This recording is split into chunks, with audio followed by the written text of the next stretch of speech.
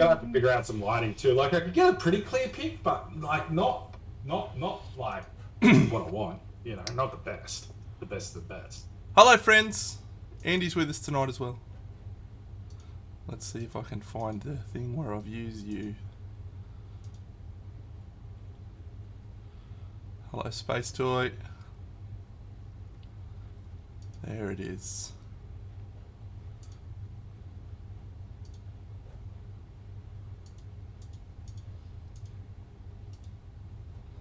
Ugh. Terrible effort, Deno. Terrible effort. In the stream. What am I doing? What am I doing with my life, Bucks?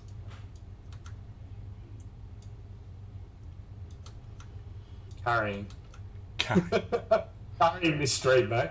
Hang on, I gotta put a friggin' filter. Do you use any LUTs? I haven't, no, but I know how to. Very good. But I haven't at this juncture. There we go. Look at this. Look at this specimen.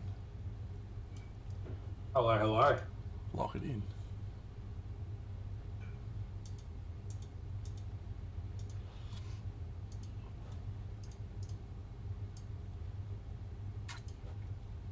All right.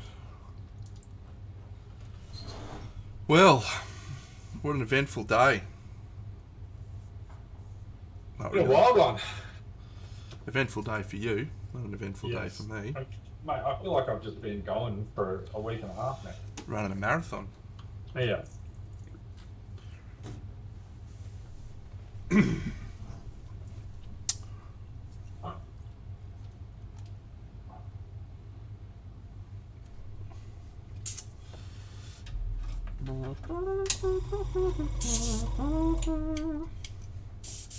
Yeah, so maybe we won't be able to use Discord anymore. Maybe we'll have to use something else.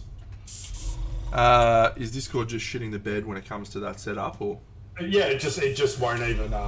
It just sits on the two bricks circling around each other. Well, the my original plan was OBS Ninja, which is we can use Discord to communicate, and then we can bring your cam in via. Like what we used to do. Yeah. Yeah.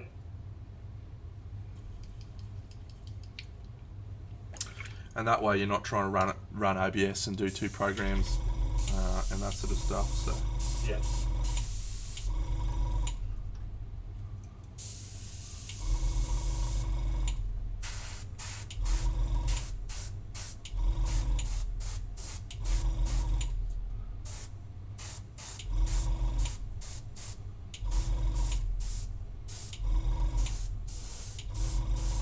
I'm still not settled in here, I'll tell you that much. I've moved my lights a couple of times. There should be mega pats on the back for miniature streamers who are both trying to juggle face cams, palette cams, and action cams on what they're doing, right? While also having good lighting on themselves. So you've discovered and good lighting on their miniatures. You've discovered the joys of what I go through pretty much every stream, eh? Yeah. No wonder you get it right, and you're like, well, I guess I can never move again, right? Yeah, this is me done forever. I'll be painting on this angle for the rest of my life. I have painted this bust version of this model before, Space Toy.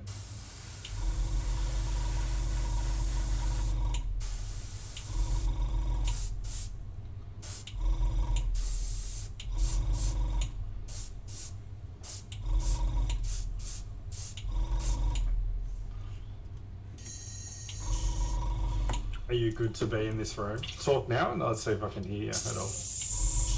Speak now, or forever hold your peace, Yana. Yeah, no, it didn't pick you up. You're all right.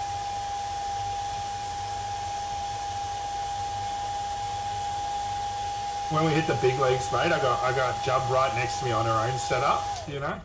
Her own rig, yeah, beauty. Yeah, she's got her own rig, so she can, You run chat for us.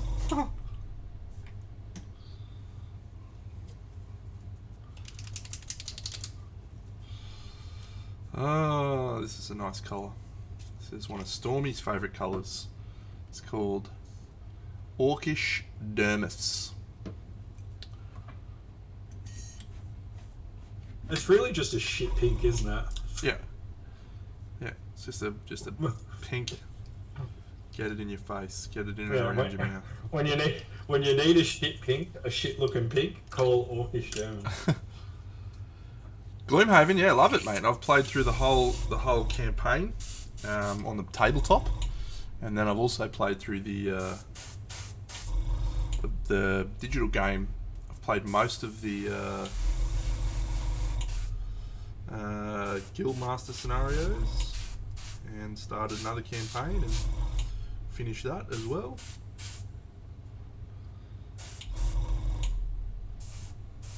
It's good.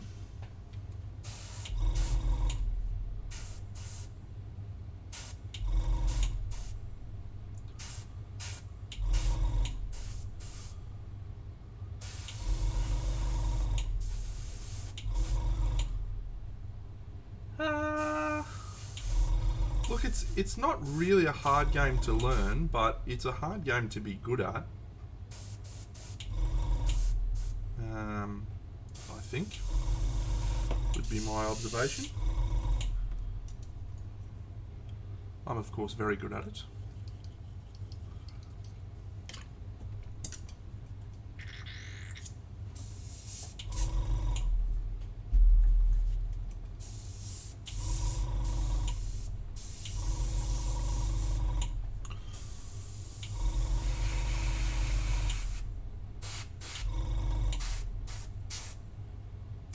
I'll be back, mate. I'm just doing some Rock and roll.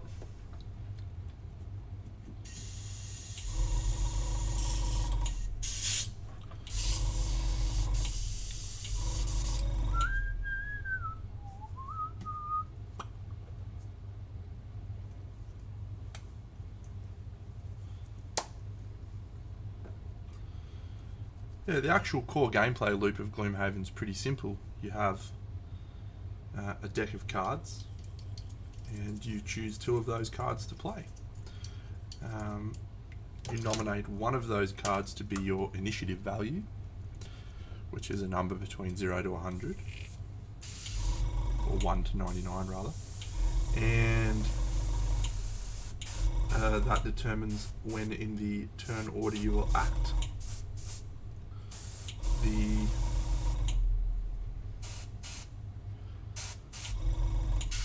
monsters have their own AI cards that also has a time that they act in a similar initiative value, and therein is the extent of your decision making. However, when you reach the next bit, your actual activation, you have both cards have 2 actions. What's a top action and a bottom action, and the fun part of Gloomhaven is that you have to choose 1 top and 1 bottom, which sounds pretty straightforward, but sometimes you'll be really keen to do a top action, and then the monsters will go before you, making that top action irrelevant, and that's when you have to make a decision about how you use the cards differently. Very good.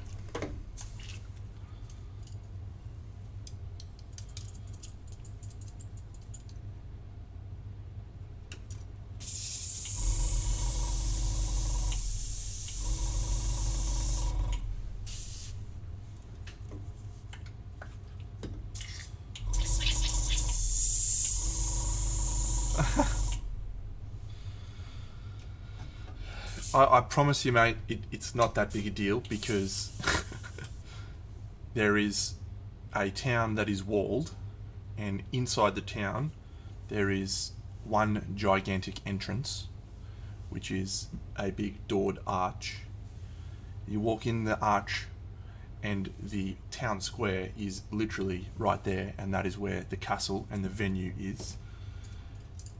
You can't miss it. It's the only place you go in that whole place.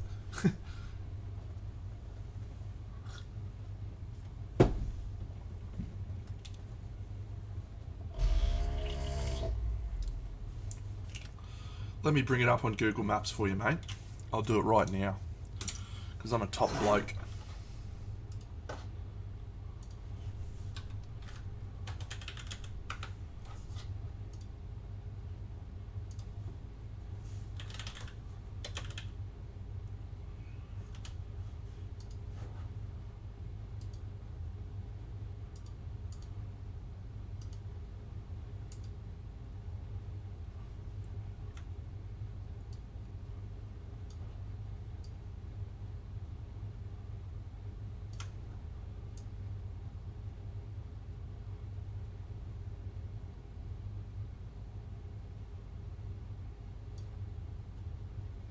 Gone too far.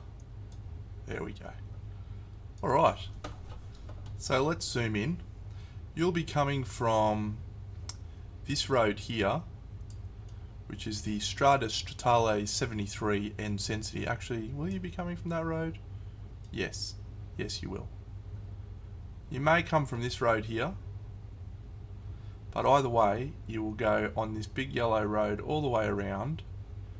Now, if you were an experienced Monte Savino goer, there is a lot of car parking on this little strip here, and you can actually enter into the castle from this point.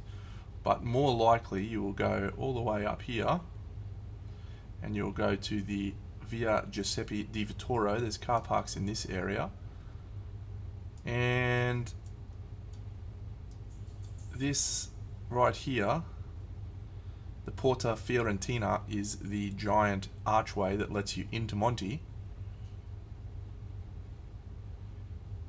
And this is the pizza shop here, Arte Pizza, and this is a hotel where people stay, but it's usually booked out 3 years in advance.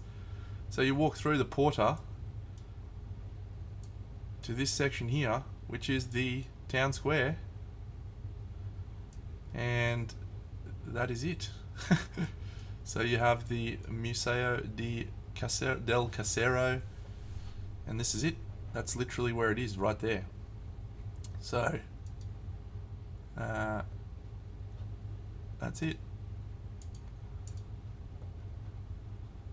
You walk in through those doors, and you don't get to see any of that shit. Well, you sometimes see that stuff. There's a cat. Very good. It's the view from the top of the castle. Yeah, so the castle's cool. You can go check it out normally, but yeah. So let's just go to street view.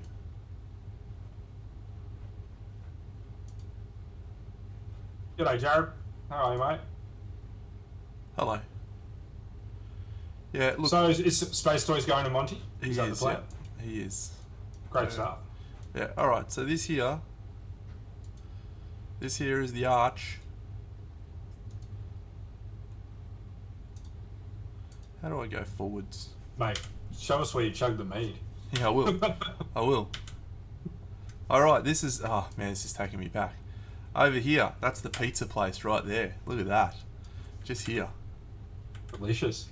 So, the pizzeria right there. That's the hotel where most people stay, or people stay. But this is like the main entrance to the city. And over here, there's a lovely little garden area, so KV and I would go and get some pizzas and then just go hang out in the garden. Beautiful. But yeah, so you'll drive here. There's car parking like down here, but that's usually chock-a-block. If we keep going down there, there's more car parks down there, but you'll just walk to this. There's like more restaurants here. And the event, it swallows up the town, doesn't it? Like the whole town. Yeah. So this is the Castello, or the arch. So you literally walk up here, and you're like, hello, I've arrived at Monte, and there's all these tiny little nooks and crannies. This is the town square. That's it. And then over here in this little town square bit, there's the castle right there. That's the doorway you go into Monte. Excellent. Down the bottom, down here, is the second part of Monte where they usually do the classes and stuff. And I wonder if I can show you my... Oh, is it a 3-day event? A Friday, Saturday, Sunday? Or just a weekend? Yeah, I think so. It's not tucked away, mate. Well, it's tucked away, but the whole town's tucked away. That's just all there is. It's just a tiny little Hey, what's the place. population here? A couple of thousand? Yeah, don't know. It's that? fuck all. So it's I'll just get on it right now. yeah, all these little nooks and crannies. This little street here is you can go into this building over on the right here, and that's a lovely little vista. KV spent a little bit of time reading a book there. 8,761 as of 2017. So this little pathway that I'm walking down now is actually the pathway to the place I stayed at. Oh, that's it. Well, it's down there. The place I stayed is just in one of those doors there. Is it a month and a bit away? Yeah, it's. What's the weather like at that? Is it cracking weather? Yeah, it's cold, but Oh, okay. it's a good cold, you know. Yeah, like the sun's out but cold, sort of. Yeah. Just wonder if I can show you.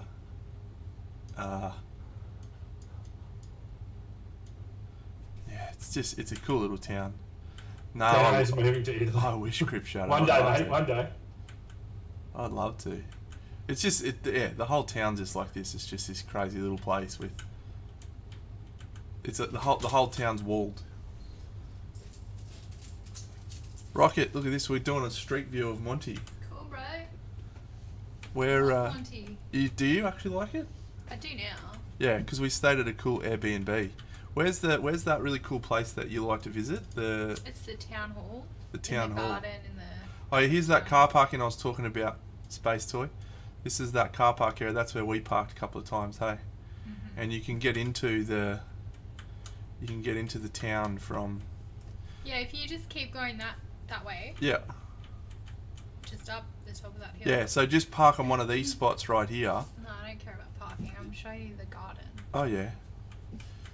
Hey buddy. Hey. Yeah. See, there's shit tons of car parks here, and this is the car parks that I get in, that we parked in. But there's this little staircase here, which actually takes you up into the city, and that takes you along the walls. That's actually one. I think that's our apartment building, isn't it? Yeah.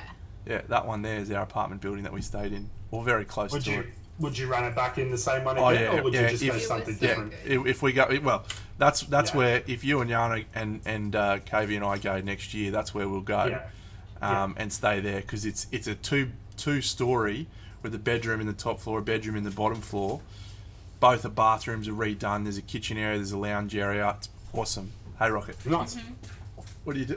I just realised I was probably on the camera. Yeah, wave. Say hi, everyone. No, Hi. you were all good. There was no headshot of the camera. There's a shoulder shot, and that's it. Chins.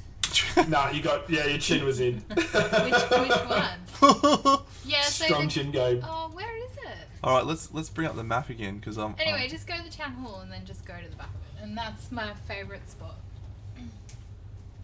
Where is the town hall? What's it called? Is Rocket? Did I hear Rocket say the other day that she's a big Chanel fan? Chanel. Yeah, like Coco Chanel. No. Oh, I went to the... Here it is, the Hotel Loggia di Mercante. That's the one. I went to the Pizza's unreal. Chanel exhibition when I was in Melbourne. Very nice. And I learned that she was a Nazi sympathiser. So Yeah. now I'm not really into her that much. This is the Hotel Loggia di Mercante, which is Merchant's Lodge or something, and you can actually go in there, and it's an old building, and if you walk all the way through that to this church or something like that, it's awesome. But there's this cool little. I might see if I can bring up your. What have we got a video? We got a video, haven't we? Yeah. All right, let me see if I can get the video up. You're on drugs. This is not the correct. The Merchants Hall is on the opposite side of the street Yeah. to the government building. Yeah. I'm assuming everyone's there as well, right? Like all the Mate. major brands go. Everyone. Everyone is there. It's just an awesome. So you're losing a lot of cash while you're there as well. You're spending cash to get there, and you're spending cash while you're there. Well, yeah. I mean, you spend a shit ton of cash, but you save cash by not having to pay for food, basically, because it's fucking ridiculous. All right. Yeah, cheap as chips. I think you did a whole little episode, didn't you, Rocket? Yeah, I directed that episode. Oh yeah. Are we okay with showing that on stream? Yeah, it's fine. They Great. won't see my face. It's fine. Good. So I was like 5 years younger than them. So. Here we go. This is our private Monte. That's not the episode I directed. Isn't it? Don't run a Here little we vlog go. on this. There we go, Rocket. Skills intro. This is our little this is the little hotel that we stayed at. It's awesome. This is the entryway with a lovely lounge area. Wow. Oh wow, I haven't watched this for ages. Look how skinny I was. Wow, that's A great. little table and chairs. I don't look like that There's a anymore. half brand new Renovatio kitchen. Bit of renovatio, mate. That's Italian for renovated, in case you're wondering. Yeah, nice. It's not really, but Do you know what I know? Very nice. So one of my mates is Italian, yeah. and he taught me to say, "My penis is half asleep." How to say in Italian? Look at that. That's the view. Fucking awesome. Oh no, I directed the episode from the previous year. You did. Is this the one where you go for a walk? Yeah, this is. Hey, buddy. Yeah. Hey, buddy. This This is my little walk. This is KV's little jaunt. Every day. Weather was nice. Do you wanna say hello, this is the buddy? place that we were talking about. Hey, buddy.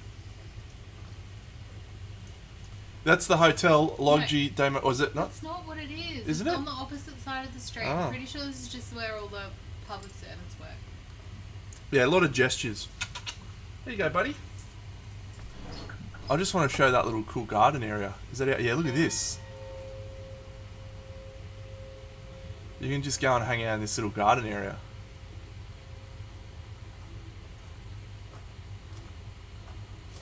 Calling upon one of your favourites, mate, to just do some heavy lifting for me right now. Volupus pink. You knew it. How'd you read my mind? Ah, just lucky, I guess. What a great time we had, hey, Rocket? Yeah, that's great. That was before COVID, when my life got ruined. And then this is the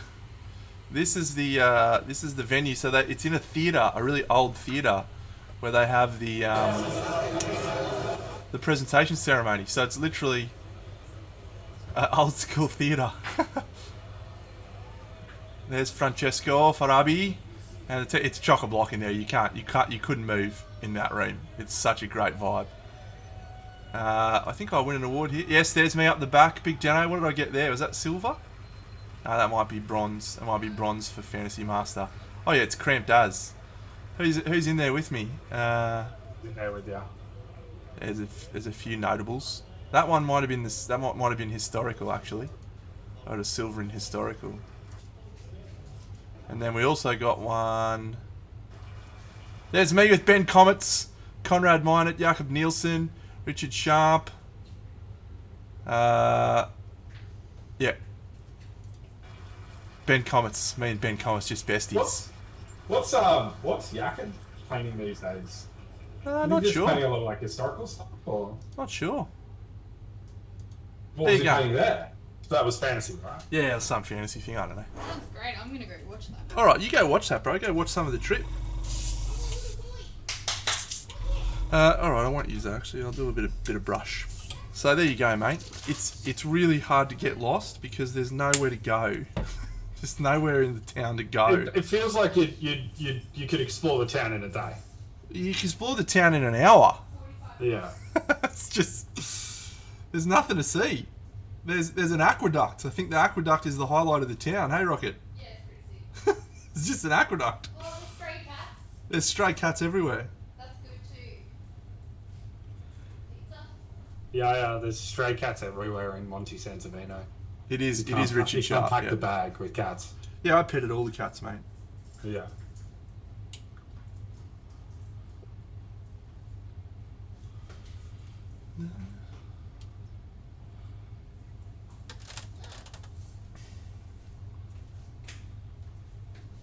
So yeah, mate, you really, I understand the anxiety, going to a new place and travelling overseas, all that sort of stuff. It's a nervous time, but it's a very, very hard place to get lost. And I think the first time you go there, you don't really realise that.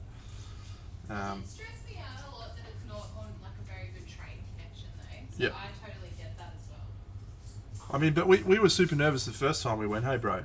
But I was. but the second time was way easier. It's okay if you're confident at driving. Like that's the thing. Yeah. But the public transport is not good. So Well, I think Google Maps is helpful in most situations, but you know, there's always first-hand experience is hard to top.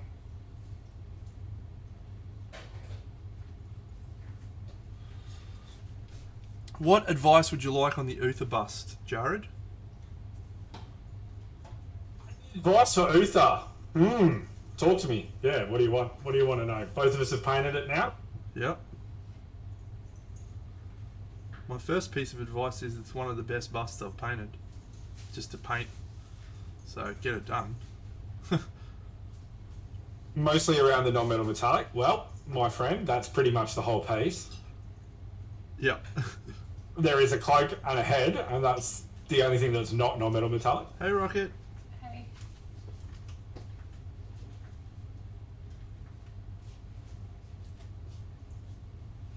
Get the burgundy going. Let's get some reds. Bit of Sigvald, eh? Right, let's get a Sigvald down here. You know what? Yeah, I bought it. I've used it a couple of times. I don't mind it. Listen, I'm going to tell you, I failed this week on a paint job.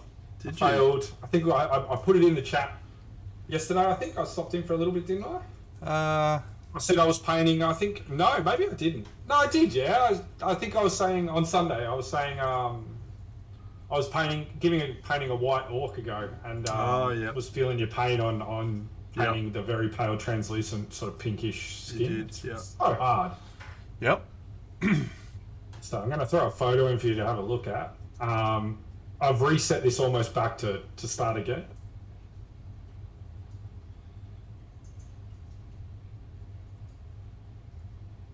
It just didn't feel right. That's bad. No, that's okay. Well, I haven't had a swing and a miss in a little while. I feel like, so it's good for you. Agile methodology is fail hard, fail fast. Is that right, Rocket? No. Something like that. Fail fast, fail often. Fail fast, fail often. I also like to fail hard as well.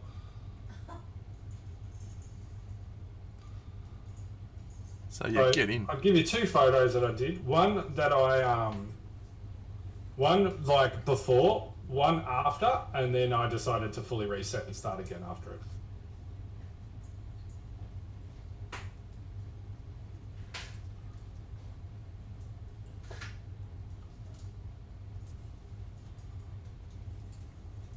Yeah, Crypt Shadow is going to Monte Savino, the probably the painting competition to go to in Europe.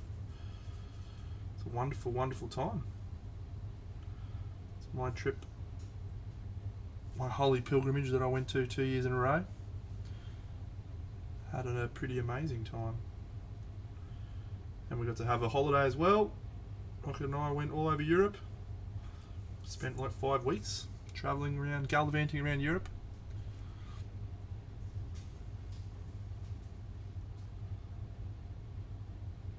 Are they in the chat yet? Yeah, I just sent them directly to you, mate. All right, sorry, I was just distracted all right, by that's all right. painting. Don't apologise to me, Andrew. All right, this is just gonna.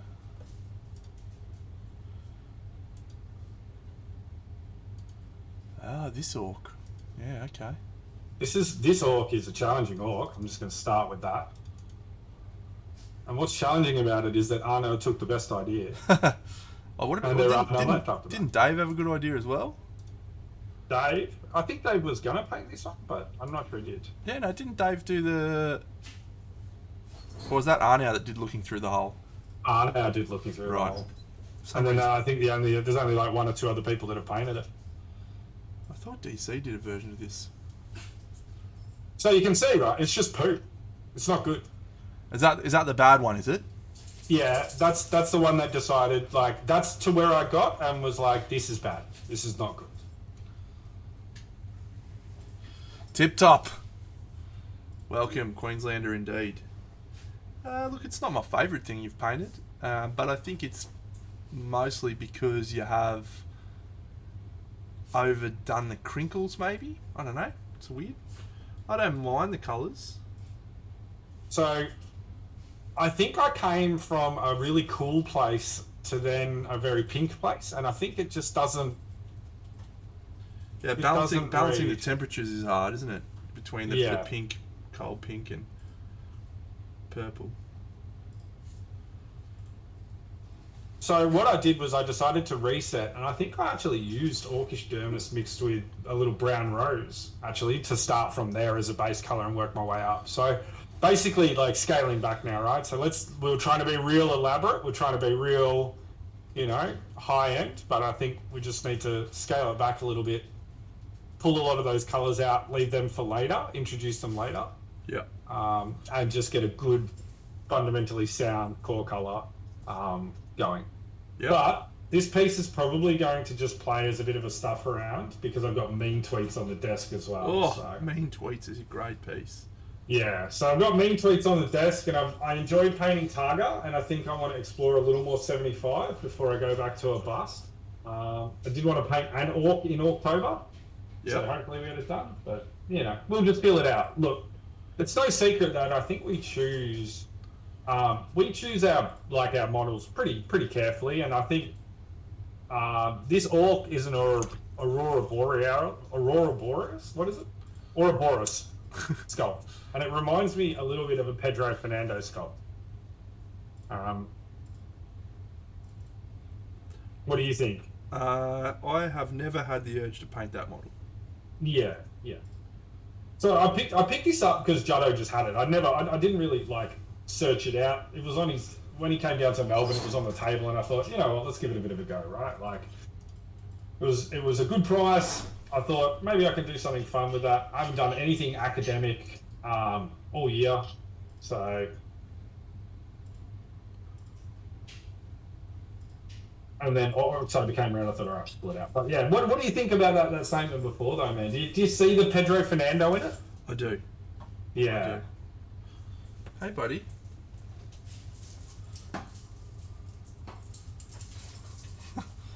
It's just so well sculpted, but there's just so much.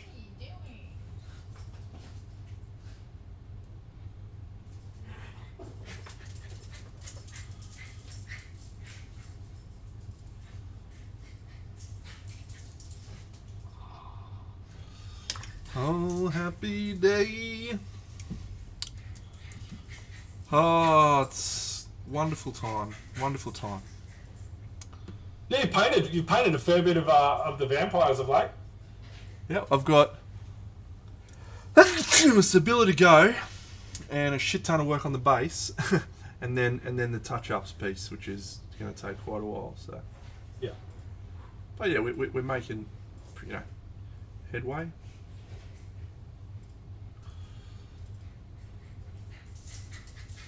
It's a big project, so it's going to take some time. That's very true. Did you make any of the changes yet on the base that we sort of talked about last week? No. Yeah, no point, right. Keep the momentum in the miniatures at the moment. Yeah, because I also have to. I want to finalise all of the backdrop bit and how that all like fits in, and just make sure that's all good before I start going, cool, I just want to add X, Y, Z to this, because I don't want to add something that then undoes all of my work with the backdrop. Yeah.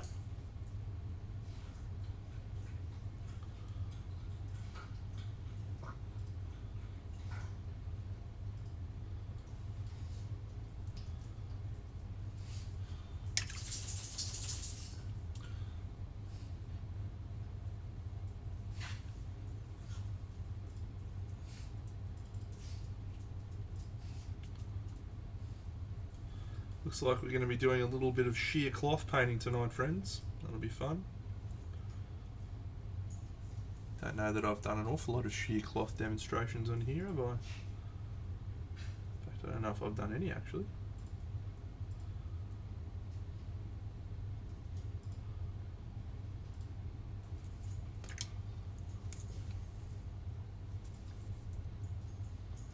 Yeah, I feel a little bit distant from painting the last week's sort of week and a half, setting all that stuff up. Nice to get back into it. Oh yeah, very much so.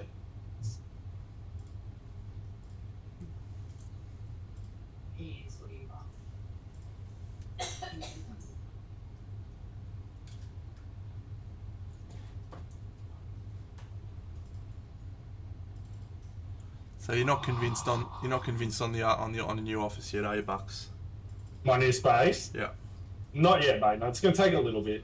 It's going to take a little bit of warming up. So when I was painting Targa, towards the end of that, I started to feel really good, right?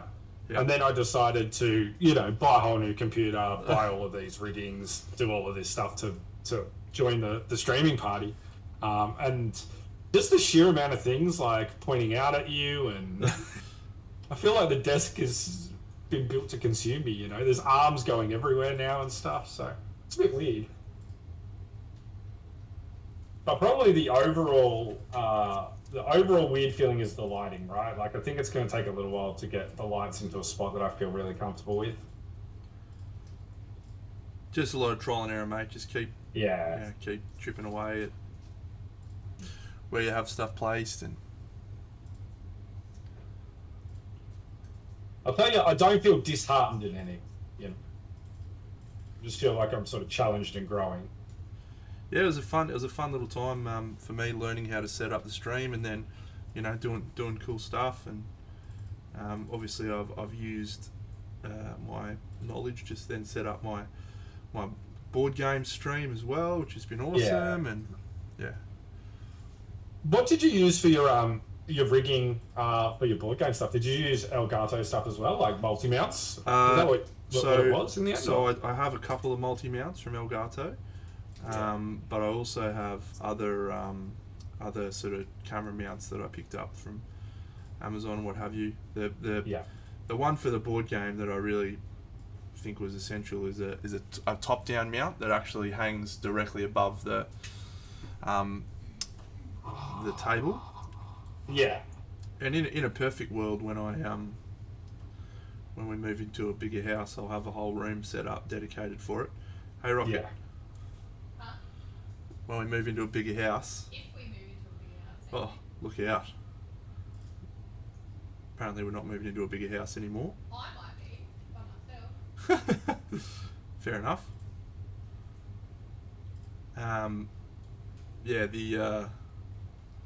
The plan will be to have the room dedicated to all of the streaming setup, and have this and the board games in the same space, so I can utilise the two computers and have like 15 different camera angles. It's going to be great.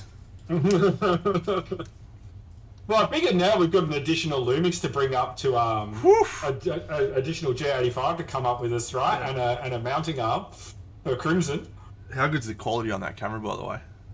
Mate, listen. Does you can have this one. You did a great job. Yeah.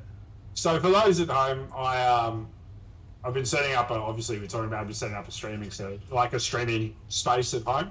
Also a photography space for what we do. And Trent's been guiding me very helpfully along, and we're having some discussions about a DSLR, and that's a pretty vast space to have a conversation about. But he gave us a pretty good suggestion on a camera that he uses, which is the Lumix Panasonic G85. So rather than just be blind, though, I thought, well, I've got to go and figure out why he chose this. Yeah, so I think I just spent 24 hours absorbing content. Yeah. And I was like, yeah, well, after 24 hours, I could have just avoided this and taken his word for it. But no, you were bang on. Yeah. It's a good one.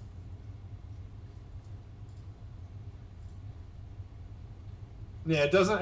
I mean, even it's a lesser function for it's a lesser quality than the Canons maybe for still shots, but not so much even for what we want it for, right?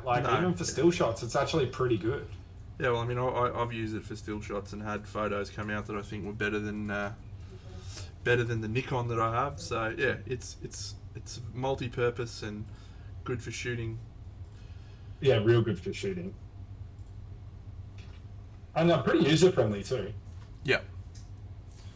Just when does Andy start streaming? What a great question. That's Jared. a great question, Jared. I think for the moment, I just wanted to be able to come on here with Trent, learn the ropes a little bit, and at least contribute something more than my ugly mug every week. A few people have asked to be able to see what I'm doing when we're hanging out. So do that for a little bit, and then I don't know, maybe fill a slot in somewhere in the week. We'll start with maybe one stream at some point. Be good, mate. But give me another reason to sit down and paint. Yep. Watch the Bucks man go hard at it. See the master at work. Maestro. Yep. I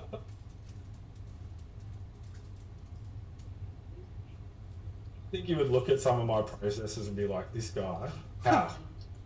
Because some of my processes matches the way that I say I do things. And after last week, you told me that's pretty whack. Yeah, I love that approach from Yab. Yeah, do a party Monday of your own, mate. Let's go head to toe. Head to head. 2 men enter, Yep. 1 man leave. Yeah, iron forges iron. Very true. Yep. I'll start with 0 viewers. And probably still have 0 viewers. All you got to do is outlast me, mate, because I'll come and rage you. Yeah. That's all you got to do. Outlast. No, I'm going to the mate who streams on this night as well. So I think the Monday slot's pretty taken. And the idea is to get more content for people to look at, right? So we want to... Your viewership can be bought. What with, mate? A smile?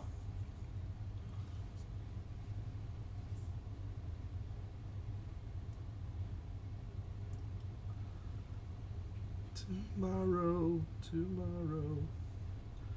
bet your bottom dollar that tomorrow.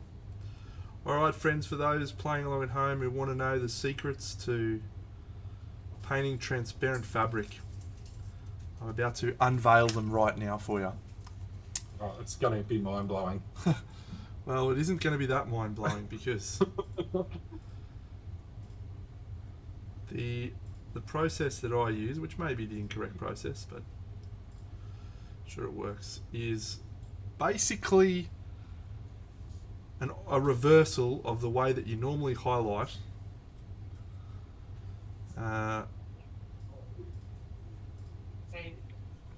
You put your skin colour in the shadows, and then you put the fabric colour over the top, leaving the skin colour showing through in the recesses where there is skin contact.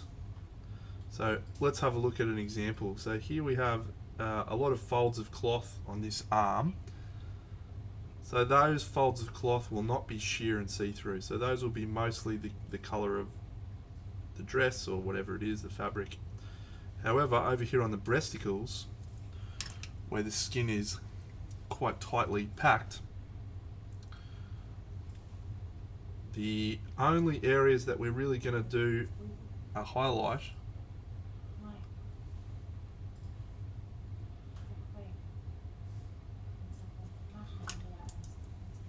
is on the raised areas.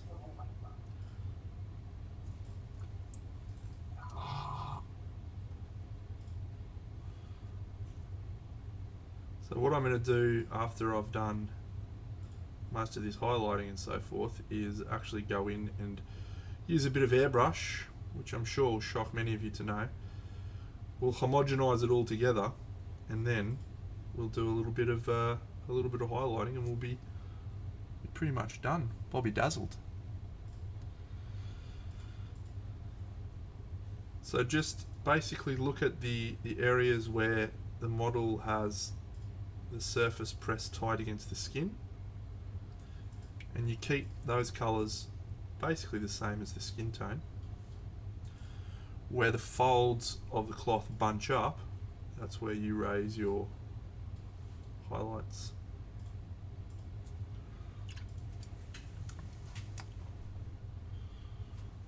And I'm using a pastel purple for my highlights.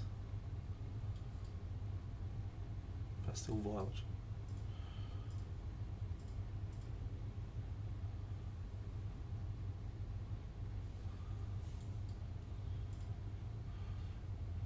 Which is a tiny bit overexposed.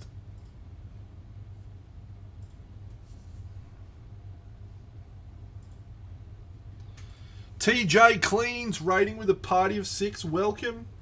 Welcome to the party, TJ. We're learning how to paint sheer cloth. Learning by doing.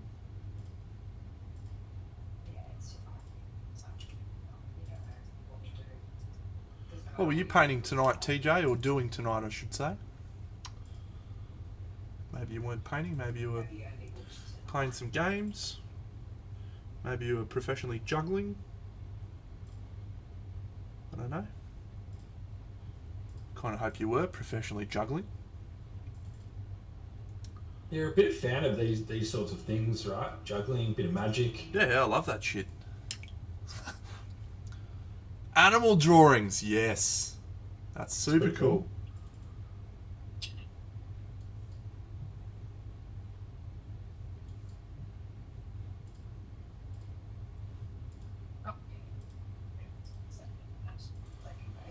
Is it safe to be licking the brush? Well, Kaylin, it is an acrylic paint, which means it's not toxic like oils, but it's still not great for you. However, my process that I do is I take my brush, I put it in the water and swish all the paint out. Then I take my brush and put it on a bit of damp paper, towel, to shape it to a point, but I sometimes leave the bristles a little bit splayed.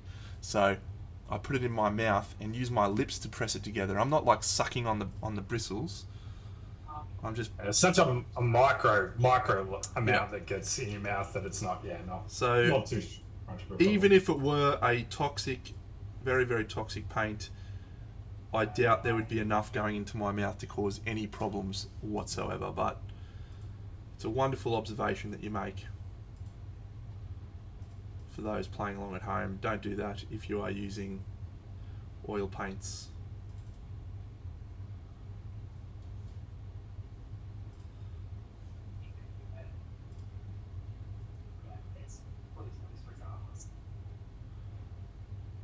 Okay, let's go. Good Omens 2, yeah, I saw someone posted some pictures from it. That's exciting. I really much enjoyed Good Omens 1. Did you hear that, Rocket? What? Good Omens 2 is coming out on Amazon soon. Cool. Yeah, we liked Good Omens 1. We just recently watched Nope. Oh yeah, that's that movie by that guy. John Peele's new movie. Did you enjoy it? Yeah. It's a sort of an alien flick. Yep. Always like that content. I don't. No. No. Well, no, like not horror movies. I don't like horror movies. I can't cop them. Yeah, can't cop. What about horror sci-fi? Yeah, Rocket's telling me a story yesterday about fucking ghosts. Yeah. Alright, see you soon, Kaylin. Hope you feel better. Yeah, she's telling me a story about fucking ghosts yesterday and how her old family house is haunted. And about 3/4 of the way through the story, she starts talking about how she could see ghosts walking out on the fucking path. And I'm like, why the fuck are you telling me this, Rocket? Can you fucking... You make up shit for the story, don't you? Yes, mate, I do. It wasn't me. It was my family members. Yeah, but you were telling me that was what was happening. I said that's what they said. So that would mean that Rocket likes scary movies, right? Yeah, I love scary movies. Yeah, she's all about them. Yeah. That's a big part of what Yana and I love. Scary shit. Fucking hell, it does my head in, mate. Can't cop it. Is it just too much for you, or you just don't like the stories? Or you just like, nah, stop making my heart go fast? I just believe in ghosts, mate, right? Like, I believe Yeah. that's a phenomenon that is real. So when people tell me stories about shit that's like, oh yeah, this is a supernatural event, I'm like, I don't want to know because I believe that. I believe that is happening. And that is a fucking scary shit. And everyone's got a story, right? Everyone's got something. Yeah. Mate, my ex-wife's fucking house was haunted. There was a little, they had a fucking kid died in it, and you used to be able to see the kid fucking running through the house on occasion. There was a specific room that the kid used to be in. It was fucking fucked. Yeah, I hated it. right. Oh, so we're writing. I love it. So when I was younger, we used to No, don't tell me the stories. Don't tell me the stories. Well, no, I'm just going to tell you some actions, some activities. So we used to go and find all the most haunted places, and we were young and very, we were a bit sus, so we would try to find ways into these facilities and places. One of them down here in Victoria that's really well known is called the Rundle, right? Yeah. And the Rundle was a psychiatric ward in the 1800s, I think, early 1900s. Yeah, 1800s, I reckon. Yeah, and it's a bit fishy, yeah. There's like some stuff, like some, that time in psychiatric learning was a bit fishy, right? Strong time. Some interesting practices back then. Yeah. Really good time for mentally ill people in society. Just really perfect time to be having problems. To be a little bit sick, yeah? Be under the pump a little bit. So, anyway, like, it looks like the set, like it literally looks like the set from it. Just take any haunted, psychiatric facility, American Horror Story, or like, ghost stories, like Ghost Adventures, all that sort of stuff, like, and it fulfills that really well. And so we used to go there all the time, and some funky stuff happened there. Yeah. But sometimes there'd be other people in there at the same time, and that was good for a bit of a freak out. But one thing that we used to do is we used to take a laptop in there, and we used to go in there, like, find the worst rooms, the ones that look like absolutely fucked, and we used to just watch the scariest thing we could in the rooms. You are cooked, mate. You are absolutely cooked. Yeah. We did a ghost tour down at Port Arthur, and it was actually a great time. I had a really good time, and I wasn't looking forward to the ghost tour. I was like, this is going to be awful, but it was really fun. But there was some moments in the ghost tour where I was just like, nah, I'm tapping out. Rocket went into a fucking room that was for the criminally insane, like crazy people, that locked and was completely dark. And people had died in there and stuff. She literally went in there and just... How long were you in there for, Rocket? Like a minute? They locked me in there. Well, no, wasn't it 5 minutes? Didn't you have to stay in there for 5 minutes? Yeah. I volunteered to do that. Yeah, she volunteered to do it because she's cooked. I just want to feel something, Oh, Yeah. outrageous. Yeah, it's old Melbourne jails. Yeah, it's pretty haunted. But there's a few spots. So there's another one in Victoria where a massive fire wiped out a mill, and you can go there. That claimed a fair few souls, if I remember. That was a bit kooky, a bit special. So yeah, it's a no from me. Please. Fan of it when I was younger. Please. I wanted to believe in it so much. You know what I mean? But almost everything that happens can be explained away to some degree. So apart from the other day here, when where our house is fully and utterly decked out for Halloween. Jubb is a massive all things scary fan, and there's lots of LEDs throughout the house and stuff. So the whole house is emanating like a red orange glow. And then in the other gaming room, there's a bunch of lightsabers on the wall. Yeah. And I think the ghost of Mace Windu, mate, the other night, right? There's no way these lightsabers can turn on for themselves because they've got a pretty thick trigger, right? Like you have to push something down in order to make it turn on. It has to click to do it. Just turned on by itself. You're fucking doing my head in, mate. G'day, Jen. Welcome, buddy. Hi, Jen. I don't want you to be worried, but when you come down, I'll show you the room. Yeah, no, I'm good, eh? I'll just hang out in my hotel and never come to your house. Oh, we invite Rocket over. Rocket will come. He'll check it out. Yeah, Rocket will go sleep in the room. She'll think it's great. Fucking bullshit.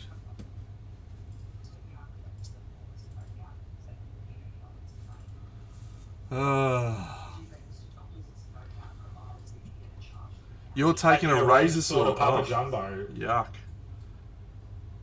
Hang on, the bust or the figure? The figure's not as iconic as the bust, I don't think.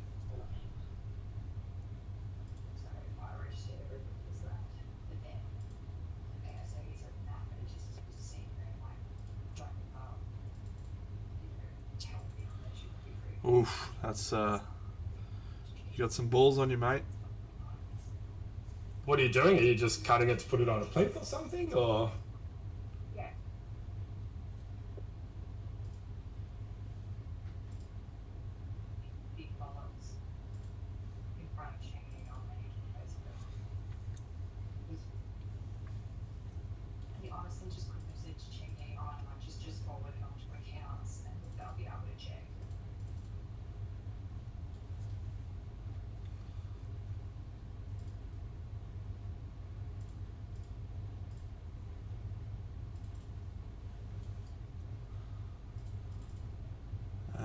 Okay, well, that won't be too bad if it's just the base.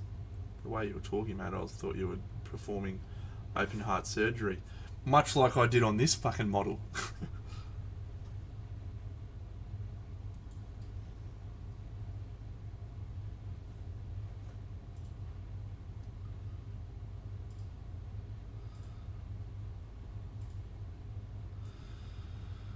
Oh, wonderful, wonderful times.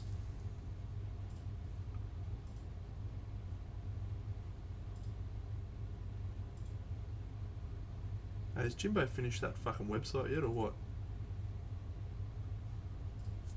That's the same. You know what it's like with Jim. Some days, due to work, he goes off the radar for a while, so... Yeah, it doesn't help me, mate. Fucking hell. Get your shit together, Jimbo. That's the complete opposite, right? I'm trying to run a fucking business here, mate. Sort of. Not really.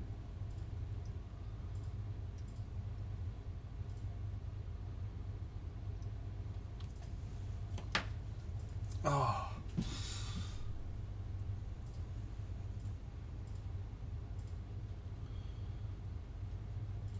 Yeah, so did we talk episode 1 of Rings of Power? Well, you can if you want to. I'm glad you've watched it. Yeah, I watched episode 1. I did hear some of the things you were saying. How do you feel about the world building aspect of episode 1? So I've read a couple of reviews without, like, not non-spoiler reviews, just like article, Cliff Notes versions. This episode was really good. This episode was really bad. A lot of people aren't enjoying the show because of the slow pace. Yeah. Now, call me crazy, but a slow pace is often sometimes the thing that I most enjoy about a show or a book, because things are over so quickly. Being able to really enjoy. G'day, Carral WS9. Being able to really enjoy something is a and dive deep into it is a real pleasure. Why is everyone in such a hurry all the time? You know? Yeah. So maybe I'm wrong, but I felt like the first episode was set the scene incredibly well for what the premise for each of the core characters was, right? Well, I assume they're the core characters, right? We've got Elrond, we've got Galadriel, we got that other elf whose name I can't forget, Andaric or something. What's his name? Which one? The Celebrimbor? No, not Celebrimbor. He's the king. Oh, the one who's out. The Ranger. Yeah. Mm-hmm. I can't remember what his name is. Whatever. He's awesome, and then I think that was the main four. So those are the four core characters that it set the scene for, right? So there was the little hobbit girl is obviously just an explorer. She just wants to go out and explore the world, and then Nori, Nori, and then Galadriel's just driven by the quest to find Sauron, and Elrond's just trying to protect everyone. Yep. And that ranger is like, I just want to be able to love a human, even though I'm not allowed. Particularly these humans, because they're Even evil. though it's a bit naughty. Because these ones are really, really evil that are going to turn into the people that ride elephants. Yep. What are those people called? Haradrim. Oh, the Haradrim.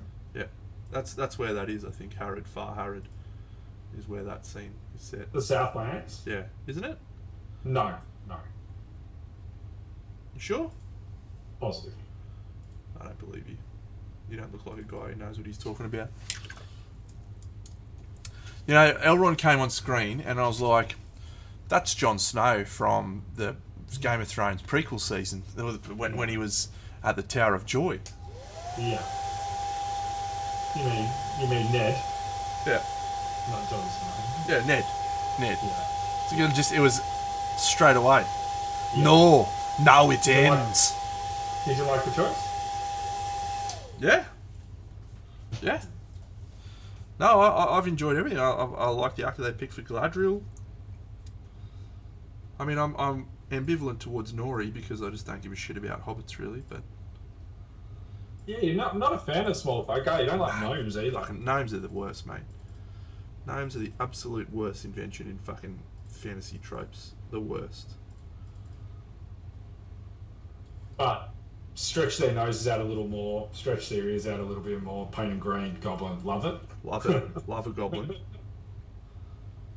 I also love dwarves for some reason. I don't know why. Because gnomes just, nah, it's a no. Dwarves, I'm in. Dwarves are great. Yeah. You know what? I reckon it's because both your painting influence and hobby influence is there as well. Like, dwarves are just so fun to build and paint.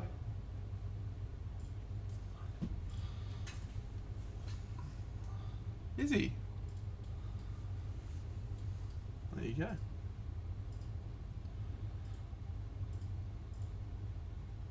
Yeah, well, yeah, Elrond half elf, right? And You know, the only reason I know who Gil-galad is because you used to be able to play him in the Lord of the Rings strategy battle game. yeah, he still can. He's an absolute beast. Yeah, he's awesome. How good a game is that? Yeah, it's a good game. Good game. Mate, I'd be right if Games Workshop redid some Gondorians. I'd be right back there.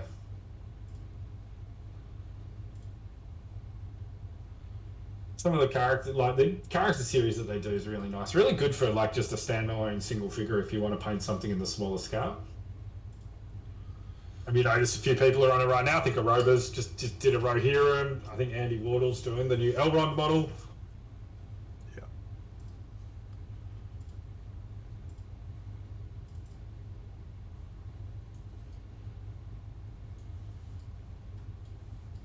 Always a sneaky one for a Golden Demon entry too. Speaking of actually Golden Demon, did we want to have a good look at them now that they're all out and we can have good photos? Because I think our first takes were some pretty hot takes. Well, I'm sticking to my hot take. I believe that's the best model I've seen all year, but I would enjoy that. Yeah, we can do that. Yeah. Just,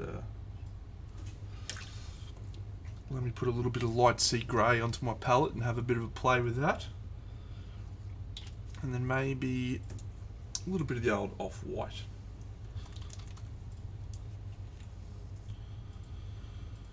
Oh, I've been getting back into running, mate. I've been for a run on Saturday and then today. Oh, it's no good. I'm cooked. Hating it? Oh, no, I'm loving it. I love running. Yeah.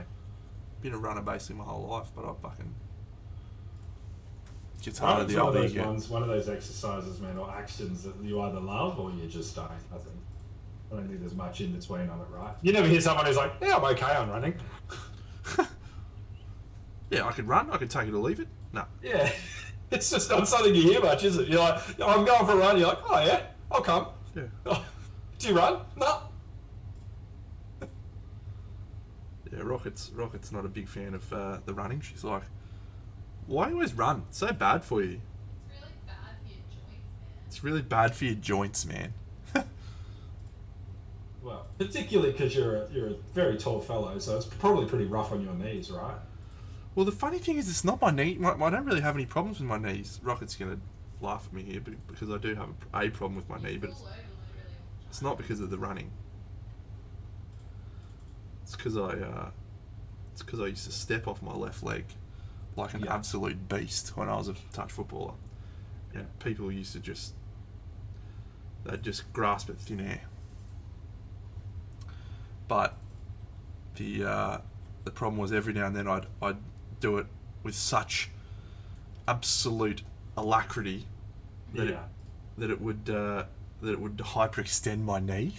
Like my knee. So you cooked yourself. So you thought you were 10% better than what you are, is what I'm hearing, and you would just throw your whole body into it and just. No, I would rip it and grip it, mate. Like I used to absolutely smash it, and and then a couple of times I just did the old hyperextension, and one time I had to go to hospital because I could barely walk on it, swollen up. So.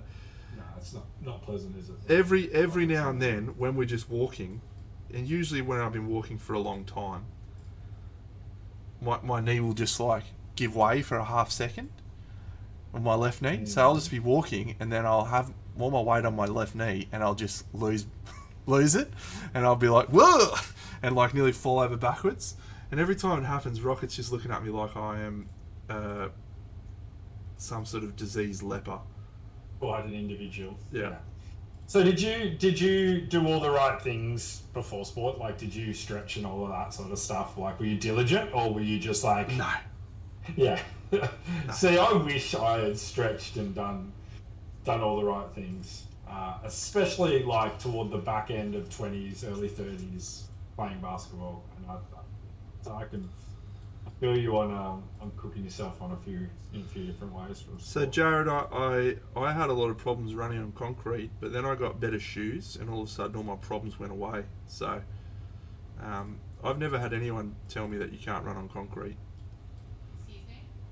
Anyone that was officially qualified, just like proper running shoes that have good support. Like go to Athlete's Foot, get the right shoes.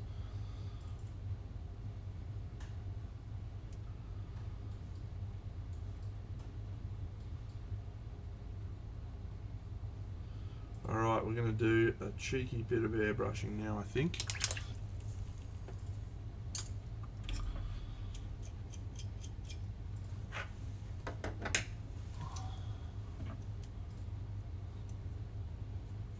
That's looking like quite an angry testicle. What does an angry testicle look like, buddy?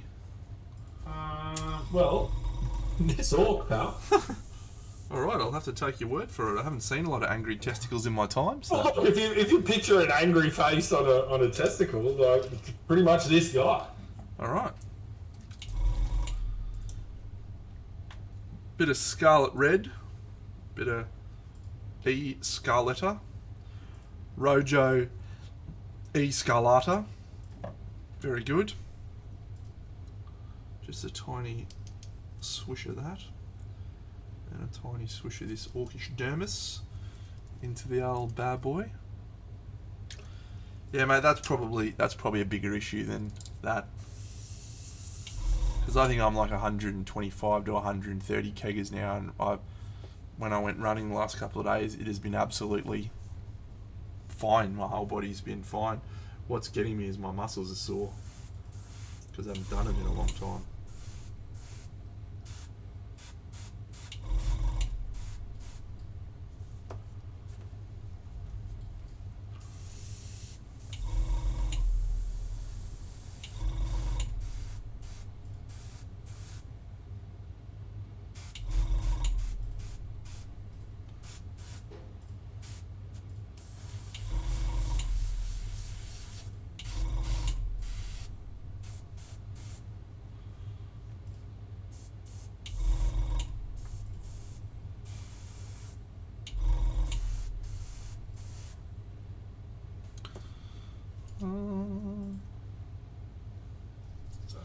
Anybody Set up mean tweets to paint, and then just picked up this guy again. I didn't do that. Yeah, mate, I'm 39 and turning 40 in, what are we in October? What are we, 4 months away, Bucks? Yeah, mate. Birthday boys. What do you turn? You 34? 35? 37, mate. 37! I didn't realise you were Yeah, that mate. old. Fuck, you're looking good for 37, mate. Well done. Yeah, thank you.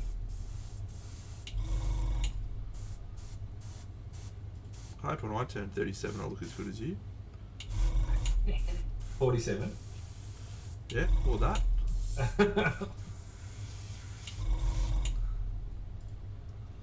Yeah, it gets hard.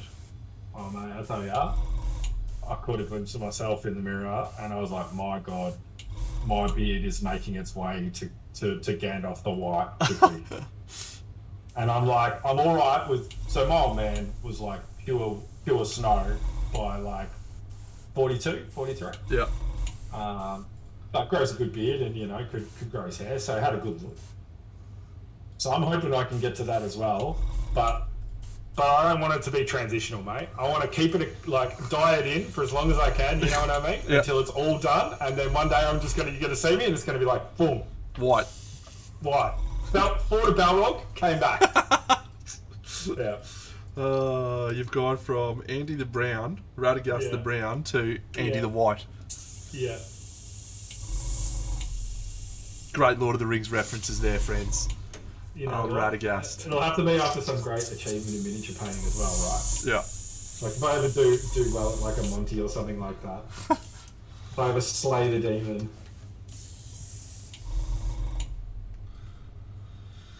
Alright, let's go. What's a colour I haven't used much of? Bit of magenta, maybe? What's this colour?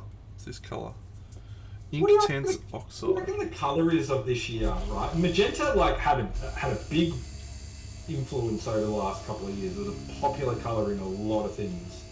Do you think there's been anything lately that's sort of been showing up a lot? There's not enough teal in my books. Need to get some more teal. Hey, Rocket. Yeah, I'd like Rocket to be more teal positive personally. Yeah, I don't really enjoy how negative about teal she is, especially because it's usually directed at anything she sees in mine. Well, and mine, yeah. She's not And yours too. not a teal fan at all, She's really. she's a little bit. She's more cruel to you than she is to me. Well, I Well, fear that's only because you know her better. I feel like the more I get to know the Rocket, the more scathing she will be on me. Very accurate.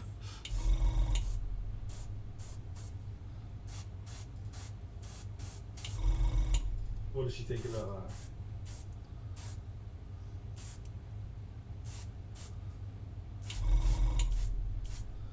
you gotta be cruel to be kind. Yeah, Jan, that's tough. Mind you, mate. Could be worse. You could look like me. Why'd that get a laugh, Rocket? True. I don't know what Dan's like. Does any company sell paint with teal in the name? Surely. Surely there would be. Yeah, the old swimming's pretty good. My dad's in his 60s and he gets on the cross trainer now. He loves the cross trainer. All right, here's a quick Vampires update for those who haven't seen the Vampires. So this is she stands underneath the overhang. She's quite. I'll just zoom out a smidge.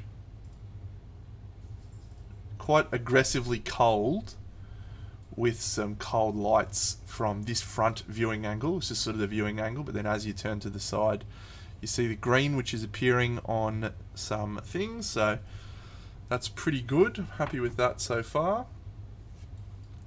This is the dude who stands above, and this is his viewing angle like this, basically. So happier with him than I was yesterday. You made some changes to him. Yeah. Do you like him? I like him more now. Yeah, me too. So yeah, I still everything still needs work, but yeah, he's much more good. You this- lowered him right down. Yeah, this guy. We've gone for the much more obvious green glow on this guy. This is sort of the viewing angle from him, so pretty keen on that. Looks pretty good, I think. And then we just need to smooth and refine all of his skin tones and what have you. Did some work on this champion.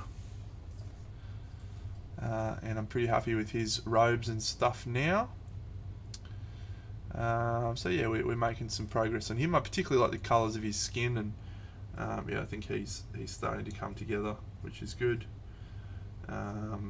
Just the problem is this is sort of his viewing angle, so I need to do some more work to this bit.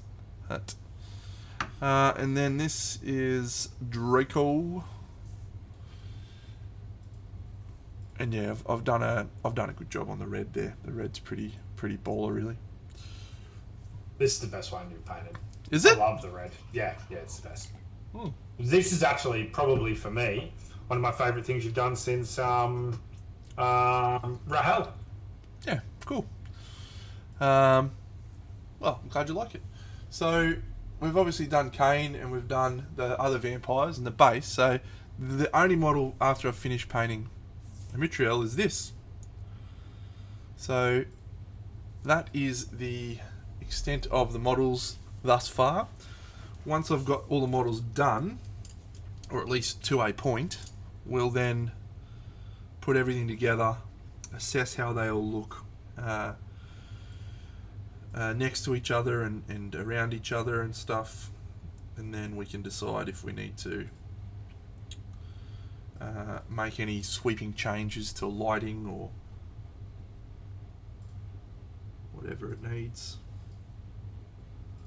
And yeah, so we're making it slowly, mate. We're getting there slowly. I can't wait because like this done, I think it's gonna be a steady improvement on at the gates, and then I think we've got some projects in between.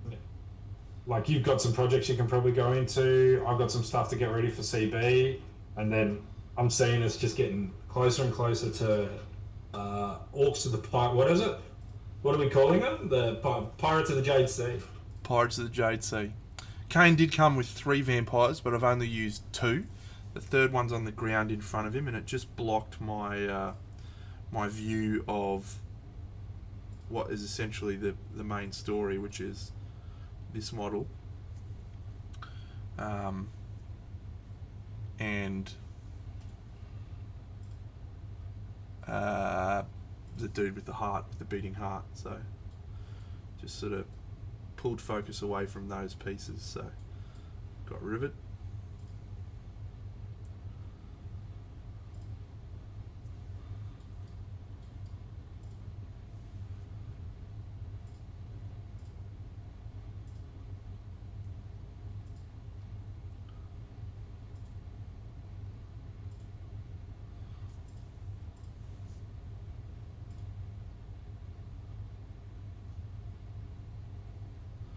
So I've been playing Marvel Champions. They just released a new set, which is called Mutant Genesis. So they brought the X-Men into the game.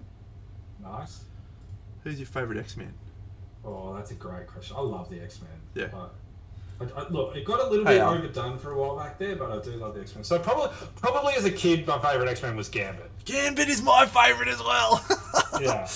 Probably as a kid, right? Like, he oozed a cool factor that was like unstoppable. Yeah. But I also really liked Rogue. I just loved everything going on between Gambit and Rogue as a kid. Yeah, they were good. But they're all kind of cool, right? Magneto's a great character. Yeah, Magneto's unreal. Well, so in the set that they just released, they've done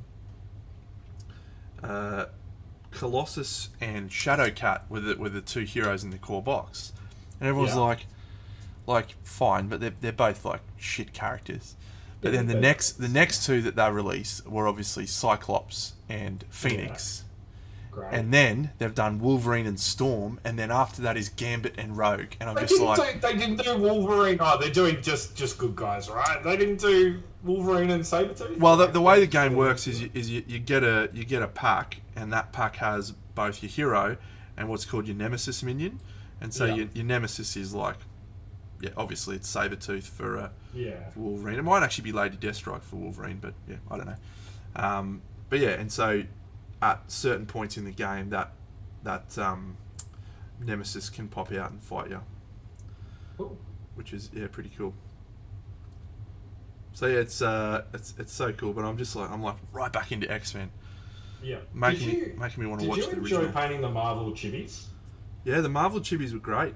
Really, really awesome. I'd like to do more of them. Me too. Well, I'd like to do some of them.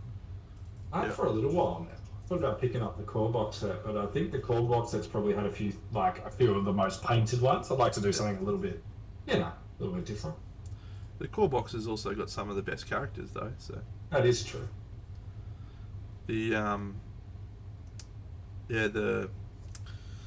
There's a mate of mine who's got everything for the game, and he keeps sort of like hinting, "Hey, Dino, do you want to paint some of these?" And I'm like, yes, I do. Maybe we'll have to log it for a theme at some point, right? Yeah. Do a week or two of Marvel things. That'd be fun. I really enjoyed doing some MCP stuff. Yeah, I still haven't done any. It's on my list of things to paint because I really like Marvel. Yeah. Well, if you even want to just try it out on one, I've got quite a few unpainted that if you just wanted to grab one and have a go, you could. Yeah, Daz is one of the guys I play with every week. He bought the box set, and I had a close look at the models. They're pretty cool. Yeah, they're really nice. Yeah. Good quality. I've done all the terrain. I think I've showed you the terrain that I've done. Yeah. I was actually thinking last night it'd be cool to do a diorama with Marvel Crisis Protocol figures. Everything in my life seems to be revolving around dioramas now. Yeah, it's just like, oh yeah, that'd be fun.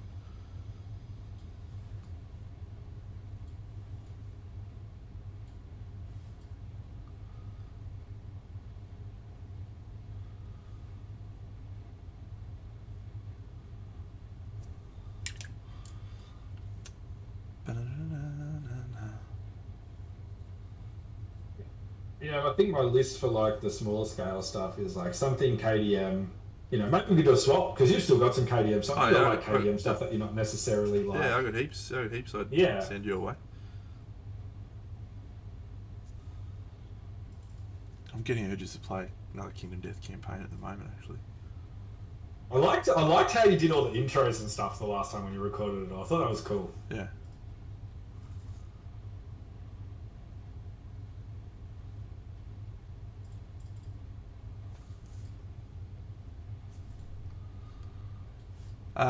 I did see Seb's new model. Yeah, it's very Seb. Has he got 3 on the go right now? Yeah, he's got a few. He's got at least 2 on the go.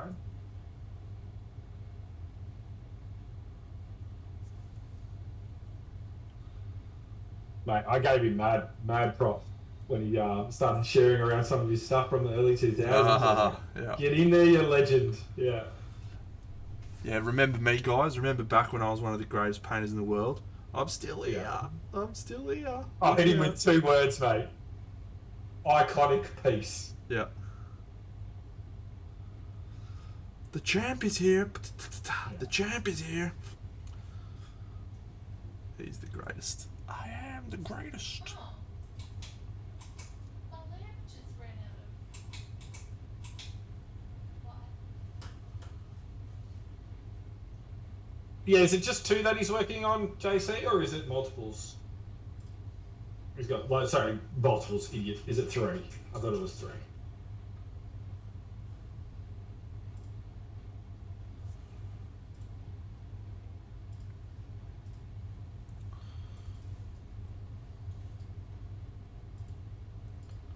Yeah, 3 in total, yeah.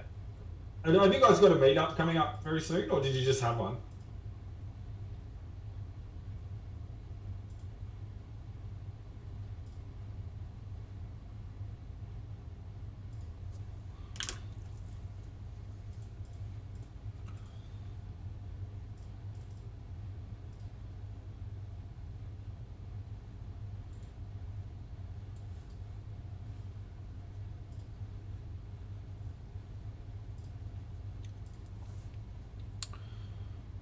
We gotta book in a time to go down for that, eh? Yeah, we do. Yeah, I'd like to go to that. It's going to be hard for me in the next few months because we've got next month's November, which is probably... Yeah, I'm not going to be able to do it even, like... I'm thinking next year... Well, yeah, but then because we get into next year and it's like, okay, well, December's obviously out because of Christmas. Yeah. Next year, well, I'm going to CanCon. And then the following month, February, I'll have to be, back at work because I'm taking like 6 weeks off in Feb, 5 weeks off in Feb. But then we get into March, which I'm coming down to Melbourne. Yeah. So... Gary, are you going to come down to Melbourne, mate? For Arc Open?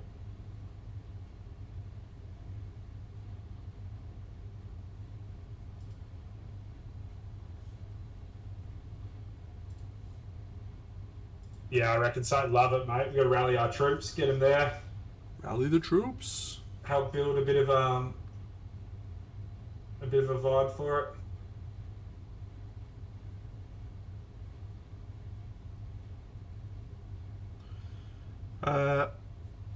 I'm wondering if I try and paint something specifically for that event.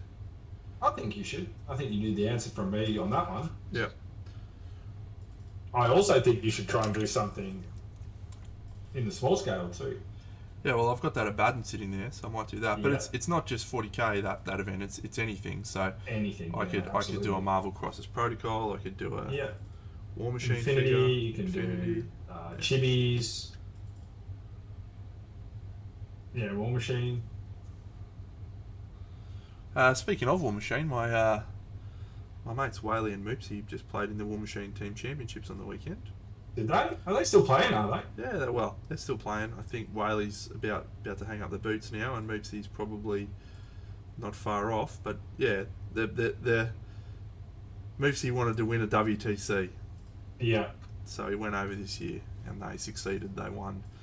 Did they really? They won the World Team Champs, yeah. So they won that as well? Yeah. We're 40k. Right now, yeah, we're on a tear. Australia's on an absolute tear. So yeah, it's War Machine and 40k. I wonder if we're going to win the AOS as well. Well, I mean, the good thing about AOS to a degree, I guess, if they go over for it, but we had one of the biggest AOS tournaments in the world, right? So CanCon's one of the biggest. So. I think it was the biggest for a while. I don't know if it still is. I reckon, well, bigger this year. It's already going to be bigger, in the year coming. So yeah. I wonder if Vince is coming out for it again. Hope so. Yeah, just send him a message. You could do that. Yeah, I can do that. Me and Vince are tight. He subscribes to me on YouTube, mate. The guy's got nearly 100,000 followers and he subscribes to Big Deno. Yeah. There you go. Get amongst it.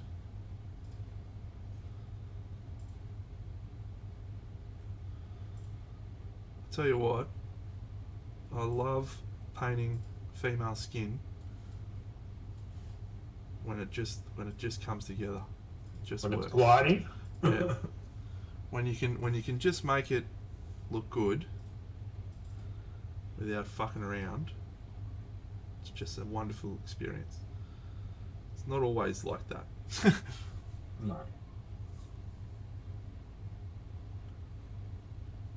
So I think maybe an area I went wrong on this the first time is I went too harsh, too strong and bold a lines. Yeah, I think maybe try and work on like the volume of the face as one whole a little bit and stop piecemealing the little sections. Yeah. Yeah, I think I made too vast a jump as well. Like each time I moved from volume to volume. Yeah. And because of the nature of the sculpt with all the very, very small, intricate sort of not work in the face, it was exacerbating the jumps. Like it's so stark. Whereas I'm playing it real soft right now, and I'm getting that. Yeah, we'll start calling you Ned, mate. Yeah, call me Ned. Neddy Stark. I can't wait for you to start watching Game of Thrones, mate. I think it's better than Ring of Power. Is it? Yeah, I think so. Might have to watch it, Rocket. What's that?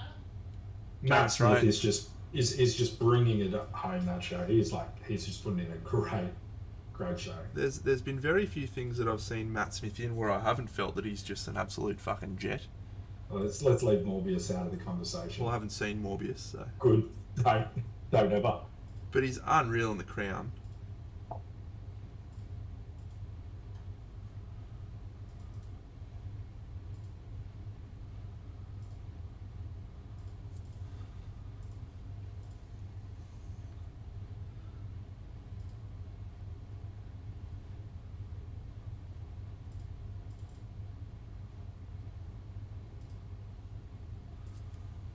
Hey, I just met you, and this is crazy.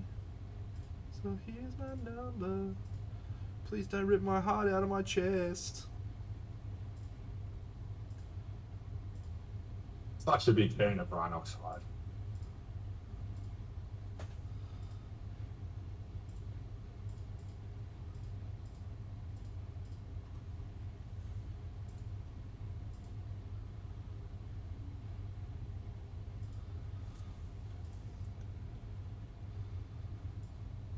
So for those that have been following on with this paint along and trying to learn how to paint sheer fabric, we're now at the point where it actually starts to look like sheer fabric.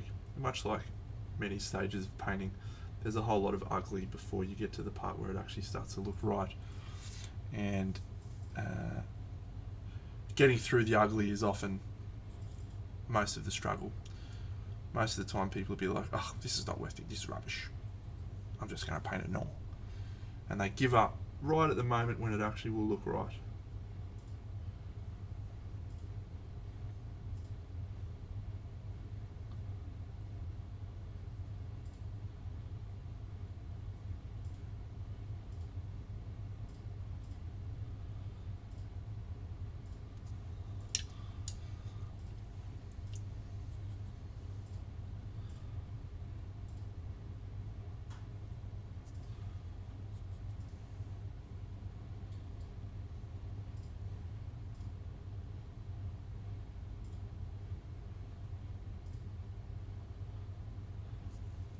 So next piece that I'm gonna work on for this project, I think I'll actually save Sibylla till right at the end. I don't think I'll touch her at all because I don't think her lighting impacts anyone else. I don't think her... She's right at the back, right? Yeah, she's right at the back. So I think I can afford to leave her till last, which means the next thing I'll be working on is back into the base and really getting stuck into that and trying to make that closer to finished.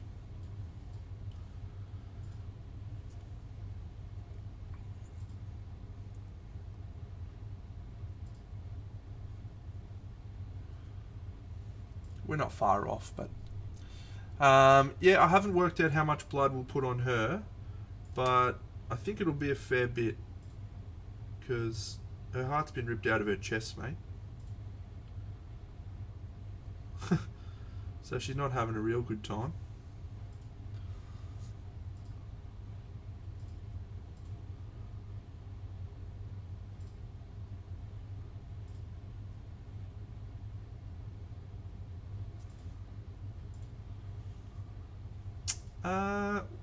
Well, I think on the base I want to do like a river of blood or pools of blood on the base. So I think that there'll be lots of blood, lots of glistening blood effects over the whole thing.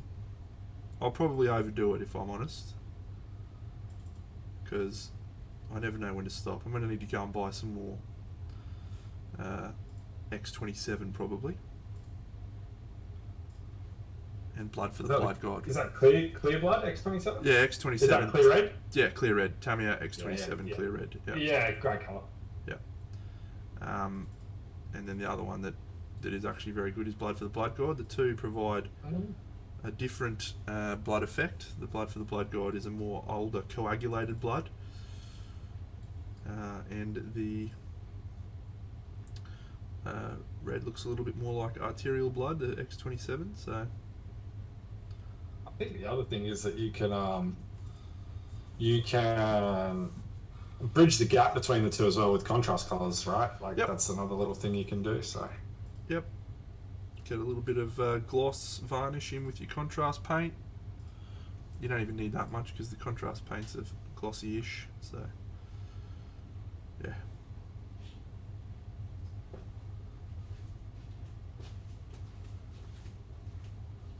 Hey Rocket, we need your thoughts on this. Okay, well, can I pee? Yeah. No. Get off my skin. Ah. I have you now. Okay, let's go. Alright, so I'm getting a little bit excited about the project now, I have to be honest. I think the green glow has really reinvigorated me for what's happening on the project. Feels right.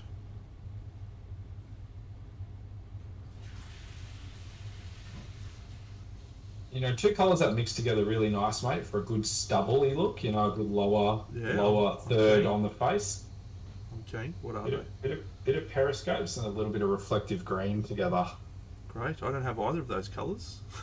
Yeah. That's useful stuff from Andrew there. What do you think of this lady, bro? About a Mitrial? I haven't looked up yet. Yeah, let's have a... Have you got... Oh, talking to Vinty. Yeah, I like the colour scheme. It's a win. We've got some non-negative commentary. That's the greatest. I'm done. Thank you. Thank you. I'm retiring. I'm retiring this project. We are finished. It's been a pleasure and a privilege, all. I've reached the finest achievement of my life.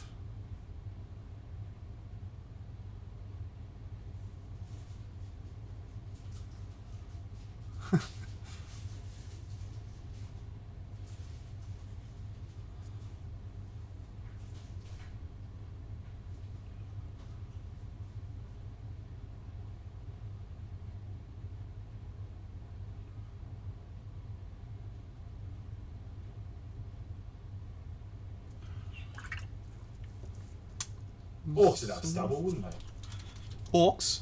Yeah, they for got sure. a beard. For sure. Bit of shit beard. Yeah. Bit of scraggly. Wispy.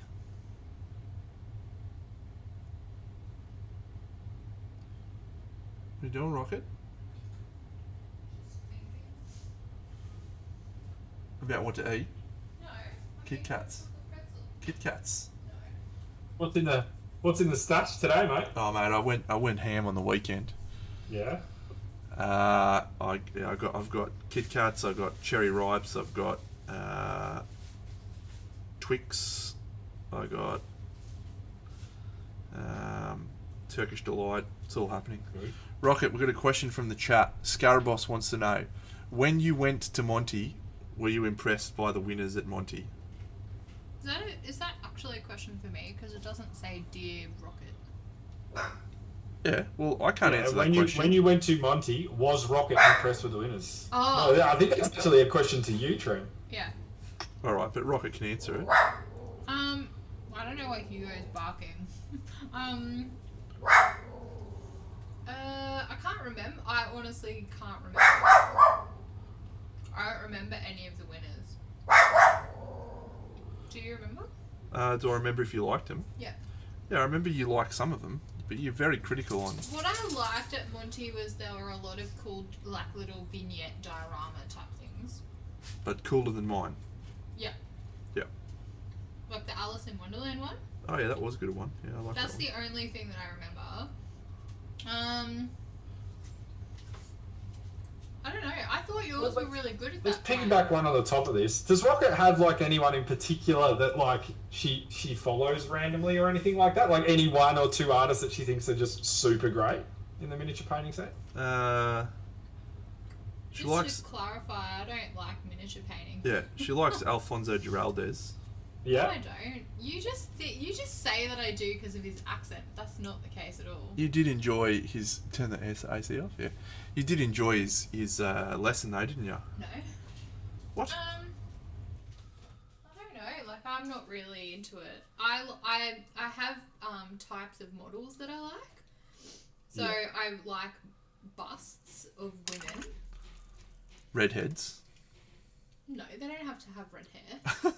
but they have to just be muted colours, like this one is muted colours. They can't have ridiculous purple and teal colours. Because remember when we went to Monte the first time, I thought all of your models were really good. Yeah. Because you did a lot of busts. Yeah. Like that one, the nun one. Yeah, I didn't do the nun for Monte though, remember? I didn't take that one for Monte. Yes, you did, didn't you? No, but you did like that model, I remember.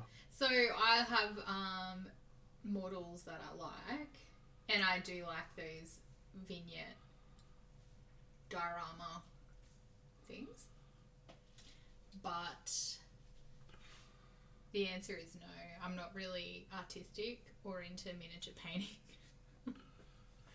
I think that if we put some models in front of Rocket, she would like Lan. Yeah, that's what I mean. I thought that maybe peripherally, just because of your influence, she might have seen some stuff and gone, Yeah, "Oh, here. that's pretty All right, cool. Rocket, I let's like have a look at that this. person's Tell stuff." me what you think of this. I don't pay attention to things, really. That I'm making myself sound really stupid, but I also try not to meet people. Yeah. Or don't we all, hey? talk to people. All right, here we go. I'm just going to put this on. So this Rocket is Lan Studio. So how do you feel about Lan's models? Yeah, I like that. It's good. Yep. Yeah. What about that? I don't like that as much. The hair is wrong. All right. What about this one? Yeah, I like that one. I just don't like the model. Oh, I'm getting that model. I Yeah. decided to get Jade. I just, like, there's just a lot of samey models in There this is. Well, movie. there's a lot. Yeah, there's a shit ton actually. What do you think of... Oh, that's weird. Snake licking a baby's face. You like that one? No, I don't really like the colour scheme. Ooh. Like that one? No. Didn't think you'd like that one. There's one I want to show you. Oh, this is the model I'm painting. Oh. That's Is that way better than my Voldemort? red. Yeah, that is Voldemort, bro. You got it.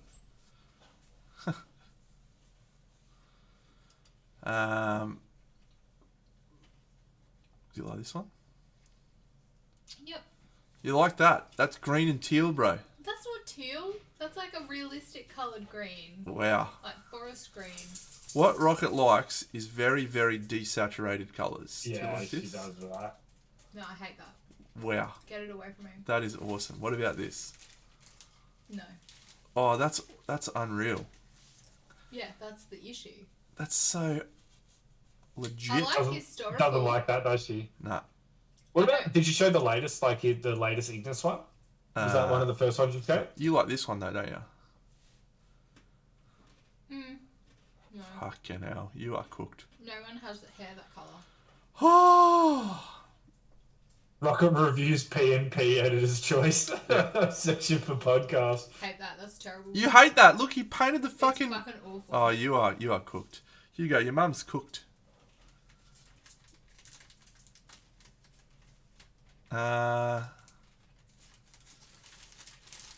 This guy's like one of my favourite painters. Here's his version of this model. Yeah, I really like that model.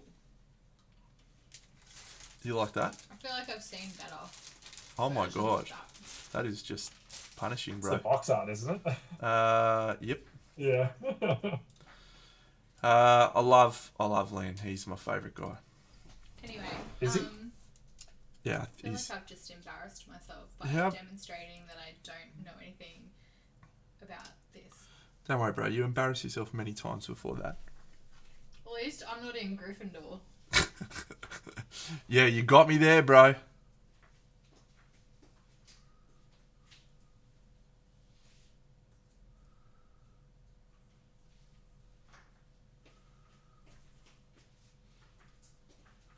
What a legend.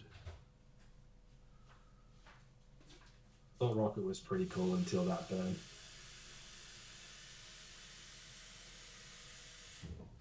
Well, look, I've said this before, right? She knows what she likes, and there's something that's very good about that. Huh? Are we still talking about me? Yeah. Oh. She knows what she likes. Good on her. If we all like the same things, the world would be a very boring place.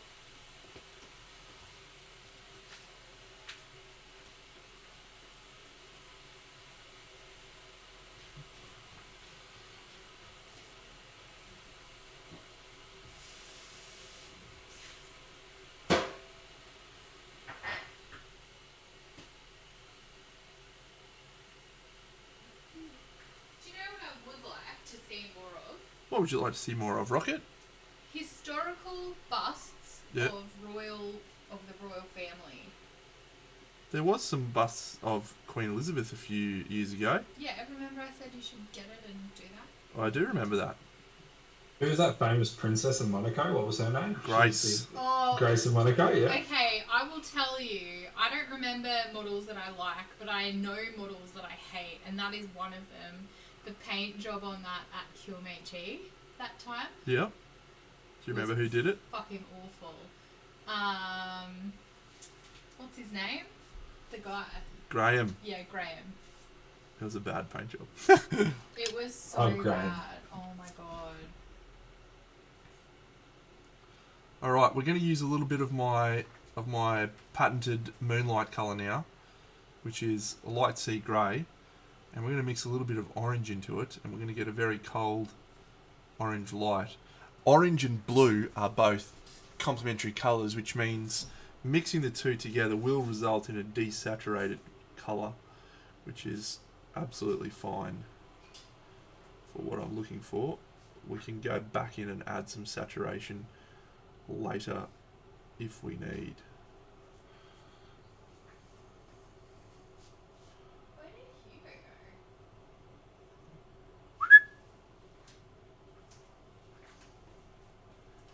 Come here, buddy.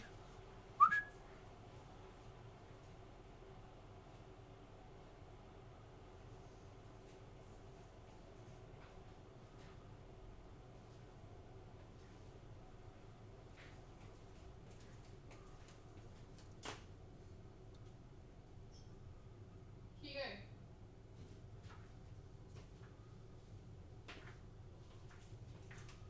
Is he asleep? Is he dead? No, I think he went outside. Oh, fair enough. What a crazy guy. Hugo. Rocket doesn't like my desaturated skin, no.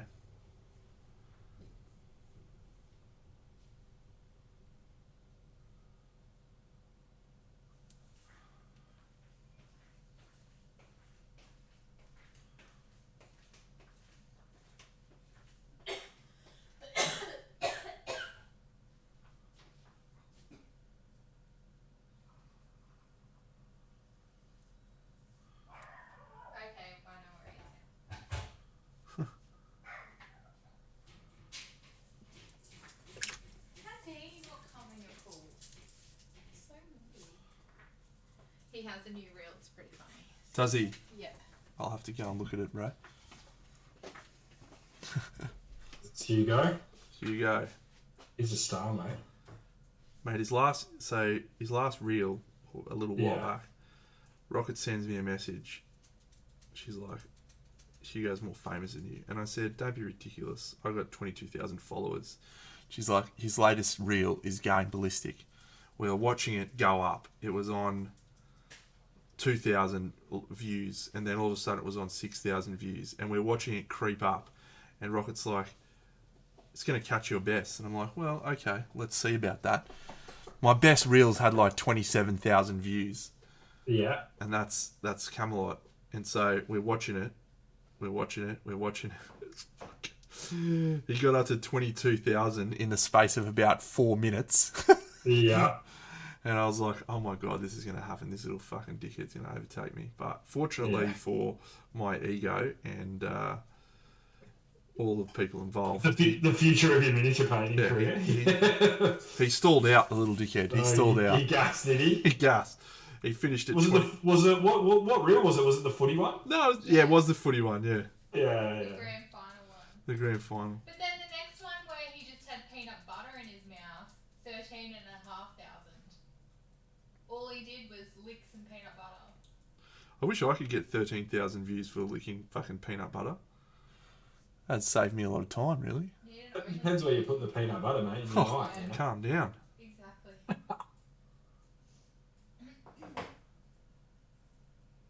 Well, in this one, he encounters a lemon. A lemon? Yeah. He's only got 100 beers. The Adventures of Hugo. Well, he'll no doubt it'll go crazy soon, bro. And we'll get to watch Hugo continue his social media domination. Yeah. He's already surpassed me in every form on social media, so powerhouse. He's a funny little guy. Alright.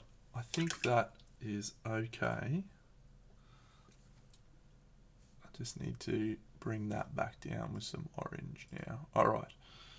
Let's do some medals, and then I think it'll probably be about me done. But good. We're getting there now. The end is in sight. Well, kind of. It's still weeks away, but you can feel it now. You can feel the momentum building. Hugo, fucking idiot. Hugo, come here, buddy.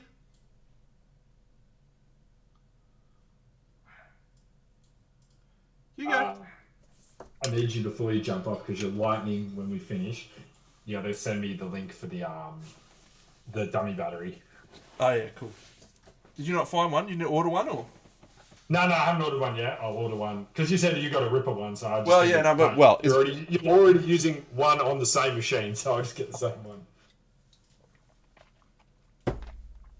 It's like $20. That's all. Yeah. And it works perfectly. Now, here's an interesting one, right? Because for these, you can just use your phone as a clicker, like as a remote for when you're taking photos. Yeah. But I feel like if that's the case, then why would Benny have opted in to get a hand trigger, and why does Dave have a hand trigger? Most of It might be a delay, right? Yeah, most of them have, like, it takes a while to connect, so it's just easy to grab the clicker and click, job done. What drew you to the Handycam as well? Well, because I make the travel videos. Yeah. And actually, like, going out to tournaments and stuff, I've always had a Handycam for doing. Hey, buddy, did you do a nice bark? What did you do? Did you do a wee? Did you? You did. You're a liar. You're a liar. You're a liar. It's a biscuit time, yeah. Good on you, buddy, yeah. Woo. So Hugo will run outside. He'll just go outside. G'day, human. He'll run outside, right? And then he'll sometimes do a wee, and sometimes he won't do a wee. But he'll come back inside, because when we were training him, when he'd go outside and do a wee on the grass, he'd come inside and we'd give him a treat. Oh, he baits you. Yeah, so now he runs outside and he knows we're not looking, and then he just runs back inside and he's like, he looks at you and he's like waiting. And if you say, did you do a... He'll just jump up and down. He'd be like, yes, it's treat time, yes. He's such an idiot. What a character. It's so funny, hey, Rocket? Yeah. That's pretty funny. He's a clever lad, eh? Oh, he's a smart guy, yeah.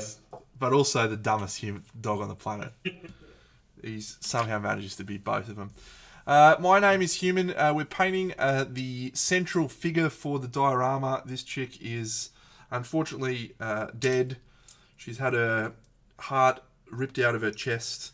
It's a very bad time for her.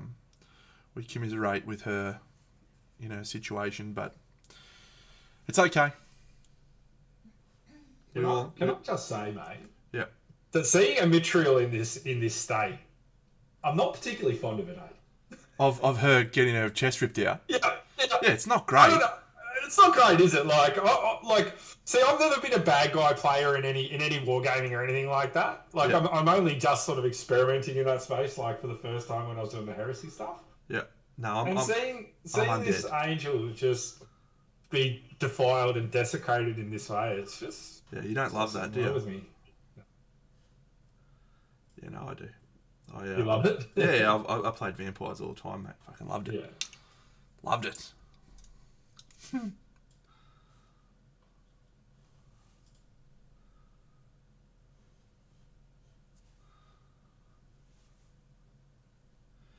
Yes, indeed, it is the sacrifice lady from the centre of the diorama human. Well remembered.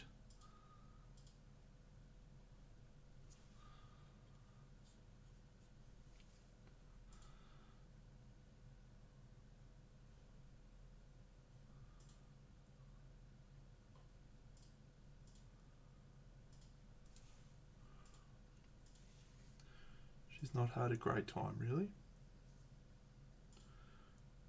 in her life. She's had a pretty ordinary time, in fact.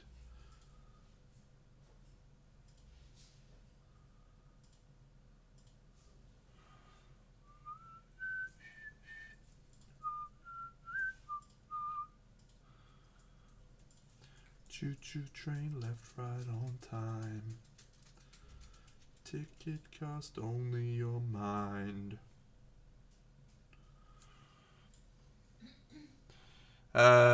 This is Andy, human, Andy Bucks, joins the stream on a Monday night to share some words of wisdom, join me in painting toy soldiers, and eventually we're going to start a podcast called Saturation Generation. It's going to be wonderful. So, and very soon we'll actually have a cam that we'll be able to switch to show exactly what Andy is working on at any given time. But at this juncture right now, we don't have that facility. Yeah, we're lacking just a couple of key little elements, being talent, a decent dummy battery, and knowing what the fuck we're doing in regards to that. So, but no, hello, human. How are you? Yeah, I'm usually here every Monday these days, and we sit down, have a paint, have a chat. Human's also right now. Human's also in Melbourne, by the way. Yeah, Human's in Melbourne. Yeah, I am also from Melbourne. Right now I'm painting a bust, very loosely from Ouroboros, which is just called. I can tell you the pronunciation of that company. Just why make me suffer? But I'm just enjoying hearing you mangle it. It's Ouroboros, isn't it? No. What is it? Hold on, I'll tell you. Oh, it's Ouroboros. It's not. Ouroboros, mate. I was like one letter off. It's terrible. You keep trying to call it like Aurora Borealis, mate. It's not. Rocket's chocolate to itself. The world, mate. That's why, you know. It's Ouroboros. Yeah. Ouroboros, is it? Yeah. Yeah. Roboros. Well, you know what? Stupid name.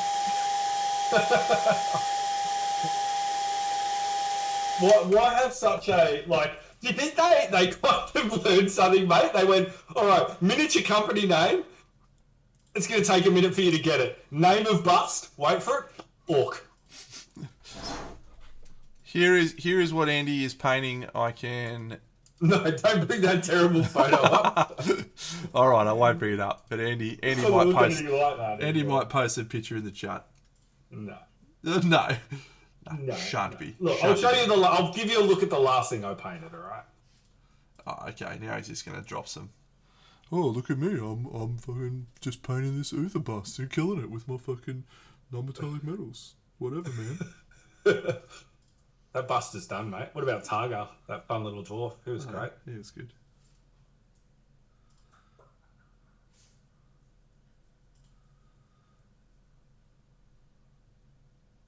Oh, I don't think I went back and finished Targa now. Like, he's all done. Have you taken photos of him yet? Yeah. Not proper photos. I was like, I'm not taking photos of anything now until I get the camera set up. Yep. So that's why I haven't put up photos of the Spartan or Usa or anything like that yet. Yeah. I'm looking forward to it when you do. Yeah. I think they'll be pretty well received. I hope so. Well, it doesn't matter if they are or aren't, mate. Nah, that doesn't, does it?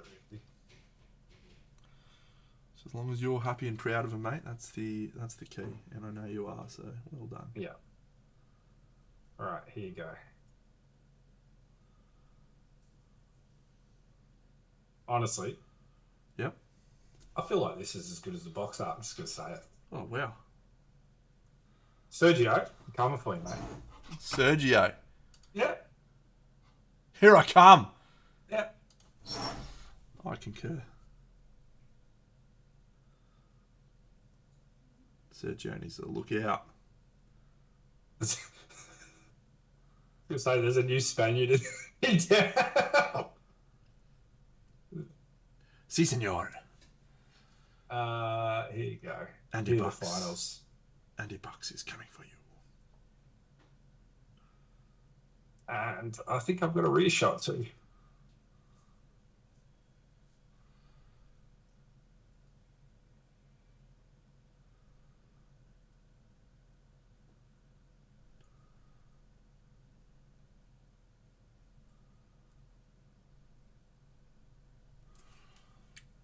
Dave had a nice little suggestion. He agrees with you that the base needed something, but he thought maybe some skulls could be the way to go. Oh, yeah. Skulls are never a bad idea. You've got to have the right scaling for them, though. Yeah, you do.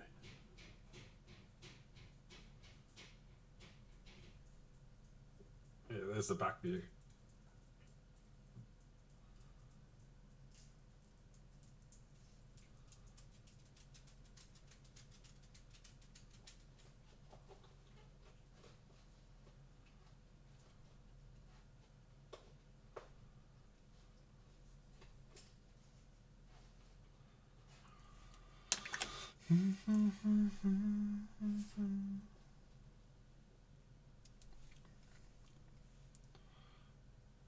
So, you know, you got to put things out there if you want them to come true. So I think I really want to give it a good red hot shot for going for best in show this year.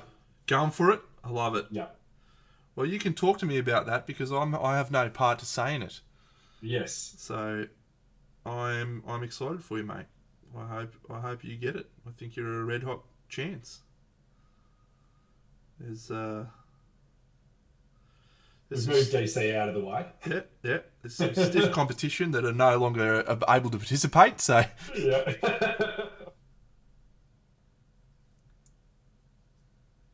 the path is open.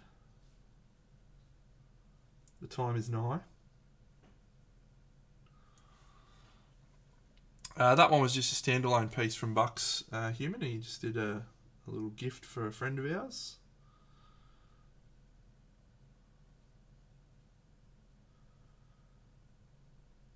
Yeah, just a little standalone one for our friend Jim, who absolutely loves dwarves in all forms. So Jim with his fiance Rhiannon, they own and run Stonebeard Miniatures out here in Australia. So great sponsors of the show. Yeah, they've been great friends to me and Trent, and really sort of helped me when I first came to miniature painting. To display painting, I'll say. Really sort of set on my feet down and know where to look. So I wouldn't go that far. I wouldn't call him a great friend to me if he doesn't fucking get this website sorted out soon. I'll tell you what. I'll let him know. Yeah, good. You should let him know. I have let him know, mate. He doesn't listen to me because I'm always chopping him. Yeah. How's my website going, Jim? Jimbo, how we going? Jimbo Jones.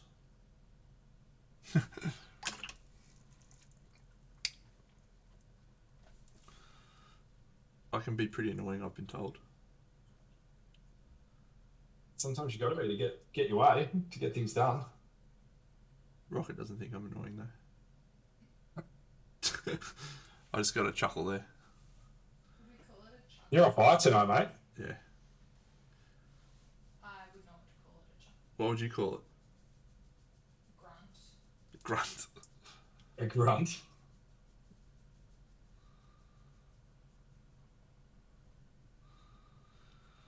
Workers are going home.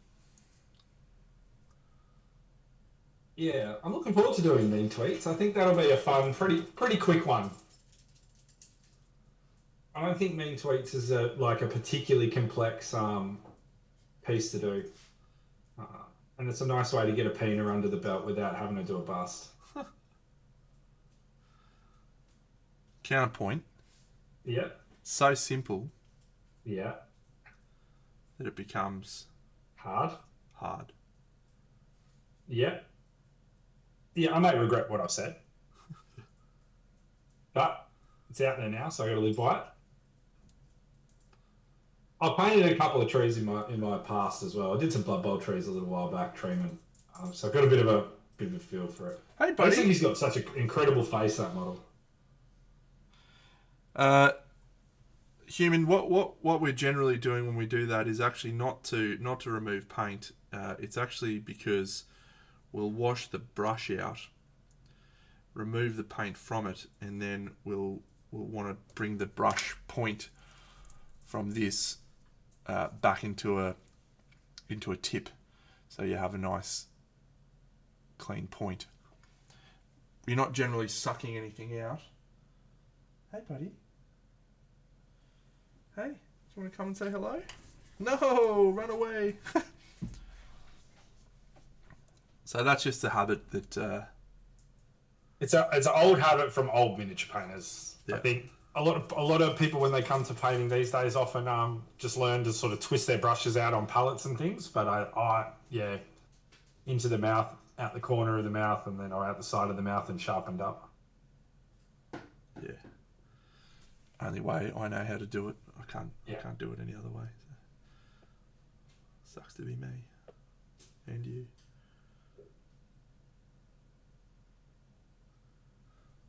Better get this on screen, Dano, because this is awesome.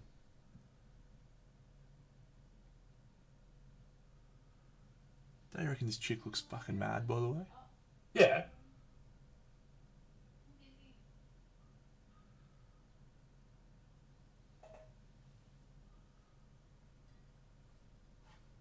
Poor lady. Why her? You're the one who... Why couldn't you just grab someone else, mate? Like, I was about to say you're the one who picked it, but it was actually DC. Yeah. No, it was Jared, wasn't it? Jared picked it out. Might have been Jared who suggested... No, Jared suggested put a model in the middle, and then Yeah. DC's the one who suggested a mitrial. So... Did DC? I think DC might have just been a fan of Dimitri. I think it might have been you who just thought of it, mate. No, I think maybe it was. Maybe I had the thought of it. He just was like, yeah, that's the right model. I don't mean to alarm you, mate, but I have 70k points right now. 70,000. Yeah. How many songs is that? Who cares? Because it's gonna be a model soon. It's only 30k to go, mate. Remember that deal made many moons ago? Fuck, that's a bad deal by me. That's all right. When you get to 99,990, I'm going to ban you from the stream. Yeah. I'm not filling it up. It's all right. At that point, I'll have a rival stream up and running, which will be our great elaborate plan, right? Setting up a rivalry. It's all scripted. Yeah. We got heel and baby face. Yeah, you're the heel and going. face. It's going to be mad. Yeah, bring it on. Mm-hmm. Bring it on. I've not ever done that. No, I've never... Well, I'm sure I've gotten paint in my mouth, but the amount of paint on this brush is such a tiny quantity. Like, look at the size of my finger compared to this paintbrush. If I put that in my mouth, you would literally barely even notice it. So...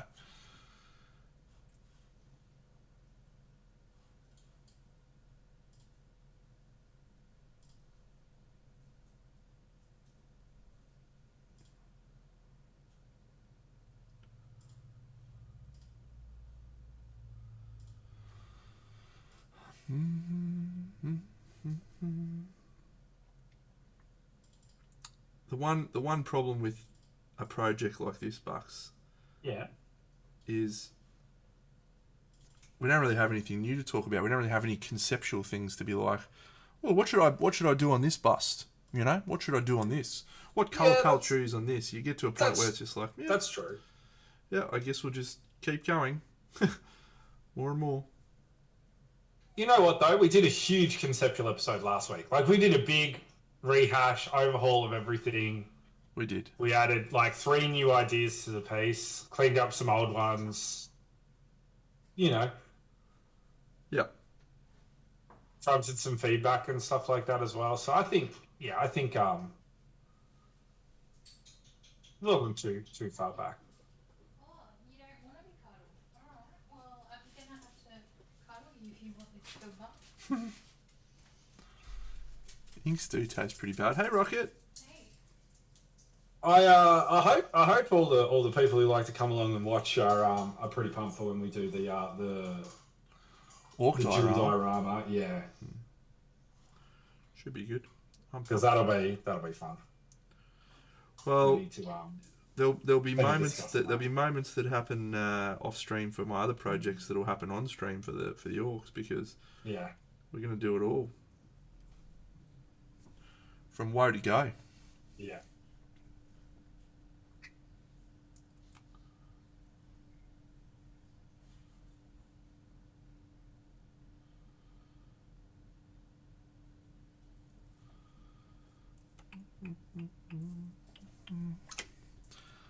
Yeah, I think. I wonder ended on- how our wonderful friends are doing after a weekend at PAX.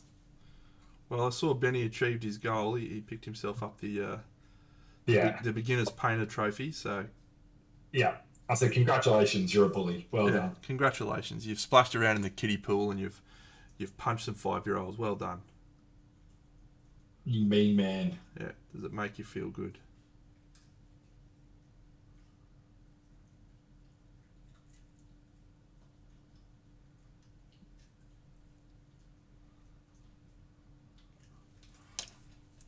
No, I think they had a good weekend. Yeah, they saw Erdnot from the Discord. Yeah, yeah. We got to meet Erdnot at Yep. QMHE as well. Or as I like to call him, Mr. Personality. He didn't give us much, did he? No, he didn't. Just like, g'day. G'day, mate. How you going? Good. Cool, man. Well, we're both kind of like pretty forthright people, right? So that might take people catch people a little bit off guard in the flesh. Not if you've been watching my stream, though. I think there's still a difference between IRL and watching a stream. Well, it's the size, isn't it? Yeah. That can actually be pretty upsetting for people when they meet Big Deno. Hey, Rocket. What? What? What's upsetting? That I'm pretty scary looking. Okay.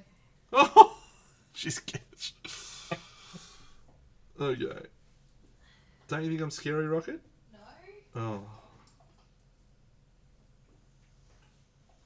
Oh, I mean, you can be... You ready? Scaraboss says he's ready. He's ready for the Orcs. He's pumped.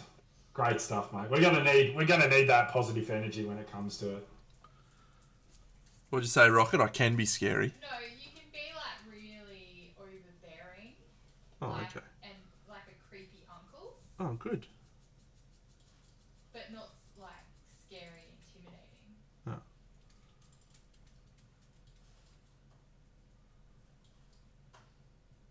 That's something we should have to remedy.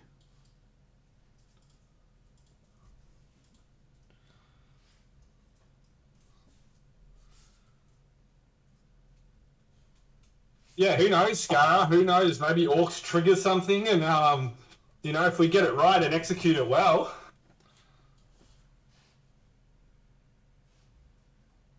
That's a future. What was Adam Savage and what's his name? What was that other guy's name? Can't remember. What, Mythbusters? Mate, we'll be Bustbusters.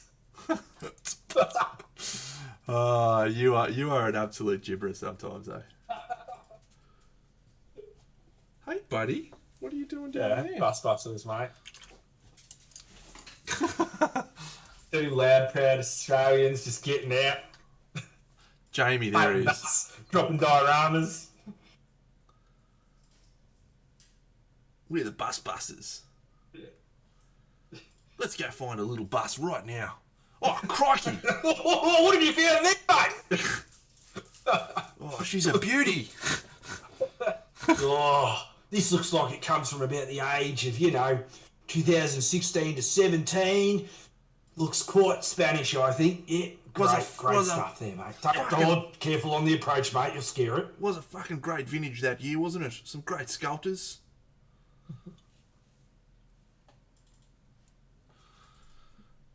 Yeah. something to look forward to on the podcast segment called Bus Busters.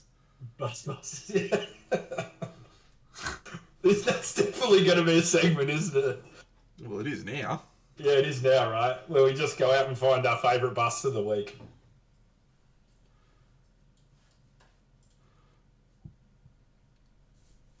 And we can do a theme tune. Bus Busters! Who are you going to call? Bus Busters! No, good. Well, it's called Aussie Adventures. Dano and Boxy, Busty Adventures. We used to... the theme song for Oz Machine was Burke's Backyard. Give me a home among the gum trees. Like, it was very, very funny until everything happened with Don Burke, and then all of a sudden we were like, well... Not funny, real quick. Can we still use that theme song? We, of course, continued using the theme song, so... With lots of plum trees, a sheep or two and a kangaroo, clothesline out the back, veranda out the front, and an old rocking chair. I've been around the world a couple of times, or maybe more. Seen the sights, I've had delights in every foreign shore. Do we when the saturation generation kicks off, do we just steal and lead all the way in and open with a giveaway? Yeah. Yeah. When my friends will ask me about the place that I adore, I tell them right away, boom, boom, boom, boom, give me a home among the gum trees, with lots of plum trees, sheep or two and a kangaroo, clothesline out the back, veranda out the front, and an old rocking chair. Yeah, he's opened a gallery up, hasn't he? Daniel Johns opened a gallery up in Victoria, or an exhibition over the weekend. That was a band I don't think I appreciated enough when I was younger, Silverchair. The first album was an absolute killer.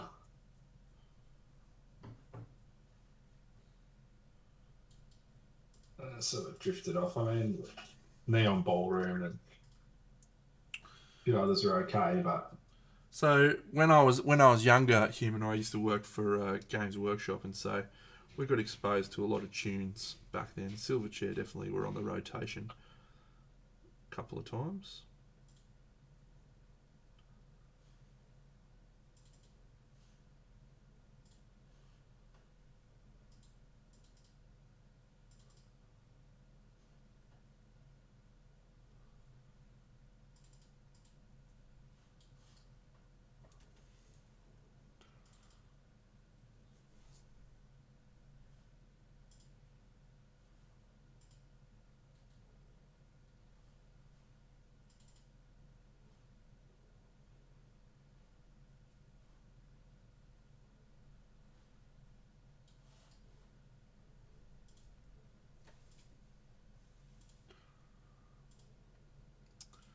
What music do we like to listen to these days? I'm not much of a music listener. Bucks, I know, is a big music guy. No, I don't really listen to music. The only stuff I listen to is what's on the radio at work. I'm much more into podcasts and audio books these days. I don't really listen to music unless it's a specific song that I get into my head and I'm like, yeah, I want to listen to that tune. Yeah, and you probably hate my answer, mate, but I listen to a lot. So a lot of different stuff.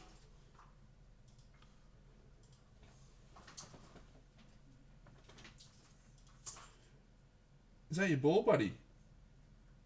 Where'd you get that from? I couldn't find that the other day when we were looking for it.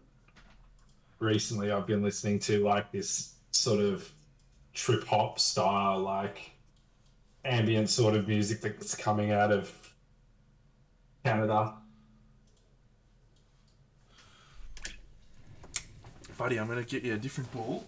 Get excited for a different ball. What's this, buddy? What's this? Is this a new ball? This is called the Chuck It. Ready? Whoa! Good catch!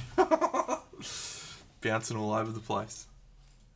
Got him a new ball today. Nice. I'm going to try a bit of pink for this highlight. Instead of yellow, why not? Bit of pastel violet.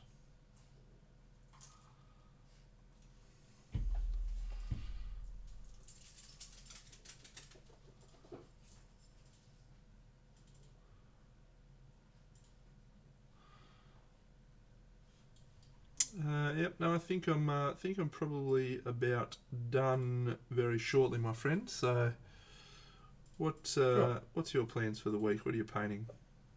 Well, I'll probably just dabble in this guy. I think I'm just using this guy to feel out the new space. So I'll just dabble on him until I feel comfortable enough to sort of launch into mean tweets. I haven't done enough research for it on what I want to do for mean tweets yet, where I want the influences to come from, whether I use some of the art by the gentleman who drew it first. Was it Justin Gerard? Whether I use some of that art as inspiration or just lean into some ent art or stuff like that. We'll see. Maybe I just look at some trees. Yeah, nothing wrong with looking at trees, mate. Yeah. And that'll probably be it for me. I want to have something done, as I've been a bit slow with painting the last 2 weeks. You got to sorry, you go. Yeah. Yeah, I was just gonna say you got to find your voice, mate, in the new room before you can hold yourself to a high standard for not painting more stuff. Yeah, that's it. And I think a really good flow to be in is like one a week, right? Yeah, that's what I used to aim for when I wasn't doing these sorts of projects. And I think I was holding that up pretty well, but obviously that's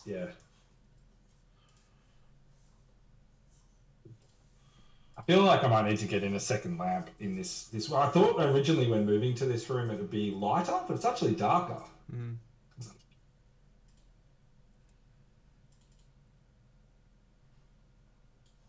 But yeah, we're the same, mate. Like over the next couple of weeks, as you're saying earlier in the stream, like we've got plenty of things on, so there'll be a bit of that going on too.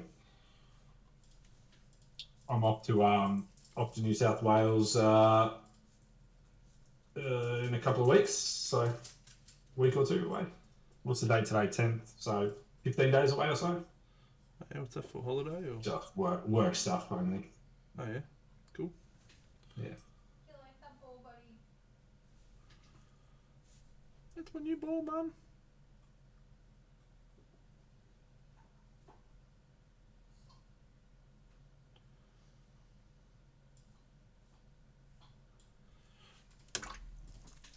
Yeah, I think it's also going to take a hot minute to get used to doing it all on camera as well. That will take quite a while. Yeah. Quite a while indeed.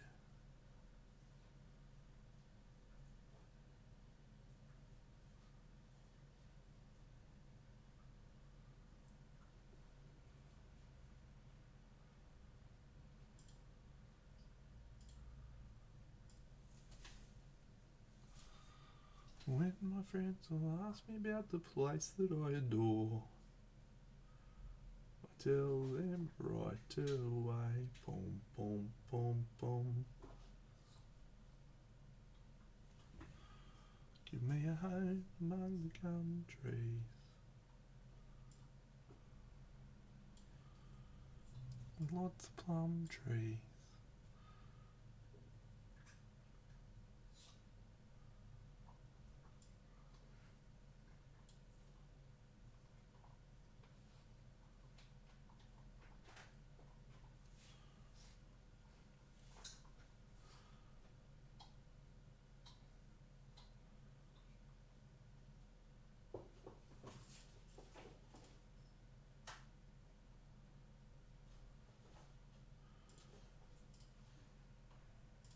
Non-metallic metal. It's always that last fucking dot where you're like, oh, hang on. Yeah, that looks okay. Bing. Bing. It's all about. I think something that maybe I don't know. Do you feel that this is hit on enough? Is the importance of the final highest points being quite close to the darkest points, and how much that impacts good looking non-metal metallic? Yeah. I don't probably stress it enough. But I think you've overtaken me on non-metallic metal, man. I think Uther was just a triumph. Oh, thank you, mate. I'm going to ask you what to do next. Be happy to help if I can in any way.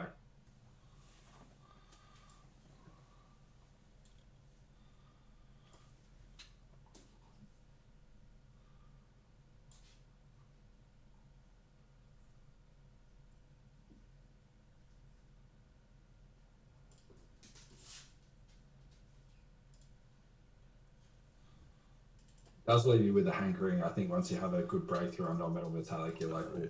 It's like, yeah, this is the go.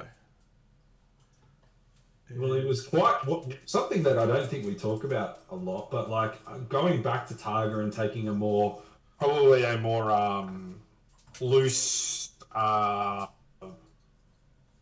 interpretation of non-metal metallic. I guess the conversation is like there's a few different types of non-metal metallic in the way that you do it.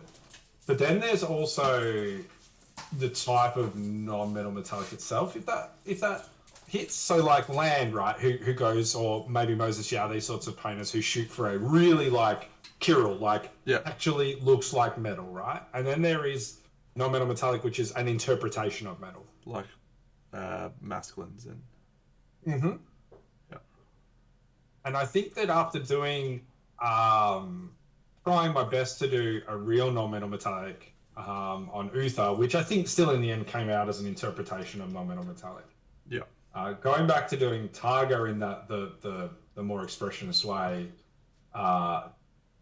just felt almost like I wasn't pushing myself enough in a way. Yeah. Which was an interesting feeling to process.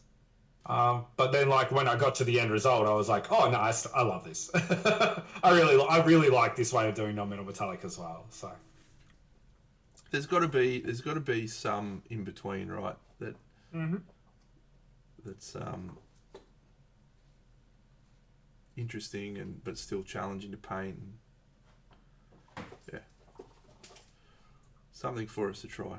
All right, I'm calling it. That's Oh, I've just fucked that up slightly. I'll fix that. G'day, Gallo Fire. I'm calling it there, hey, friends. How are ya? She's taken a fair crack of time, but I think for the central piece of the figure, having her... Yep. So still plenty of work to go on getting it all right, but I think the colour palette's good. Just to show the contrast between the central warm versus the cold element there. Are you going to have any light influences in her crown? Like colour influences? Like yes, I think so. Environmentals? Yeah. I think it would be a good idea too. But again, I just want to put the whole Yeah. picture together. Hey, buddy, can I have your ball? Yeah, the environmental colours should be the very last thing you do, really, on each piece, because you've got to know where they're coming from, right? Indeed. Let's find somebody to raid me. Somebody to raid now. Somebody to raid. Your mate Dion's going. Do we go and raid Dion? Yeah, we could go give Dion a raid. It's been a little while. I think he's doing some wild project. I think I was telling you about it, where he let the stream choose his next project for him. What a loose cannon. Yeah, an army, and they just picked him the most wild army he's got to do, mate. It's horrific. All right, friends, let's go raid Dion and see you on Sunday. Hopefully we'll have some good progress on the diorama. Good luck, Bucks, with your cam setup this week. Cheers, Thanks for mate. joining us tonight. Bye, friends. See you, everyone.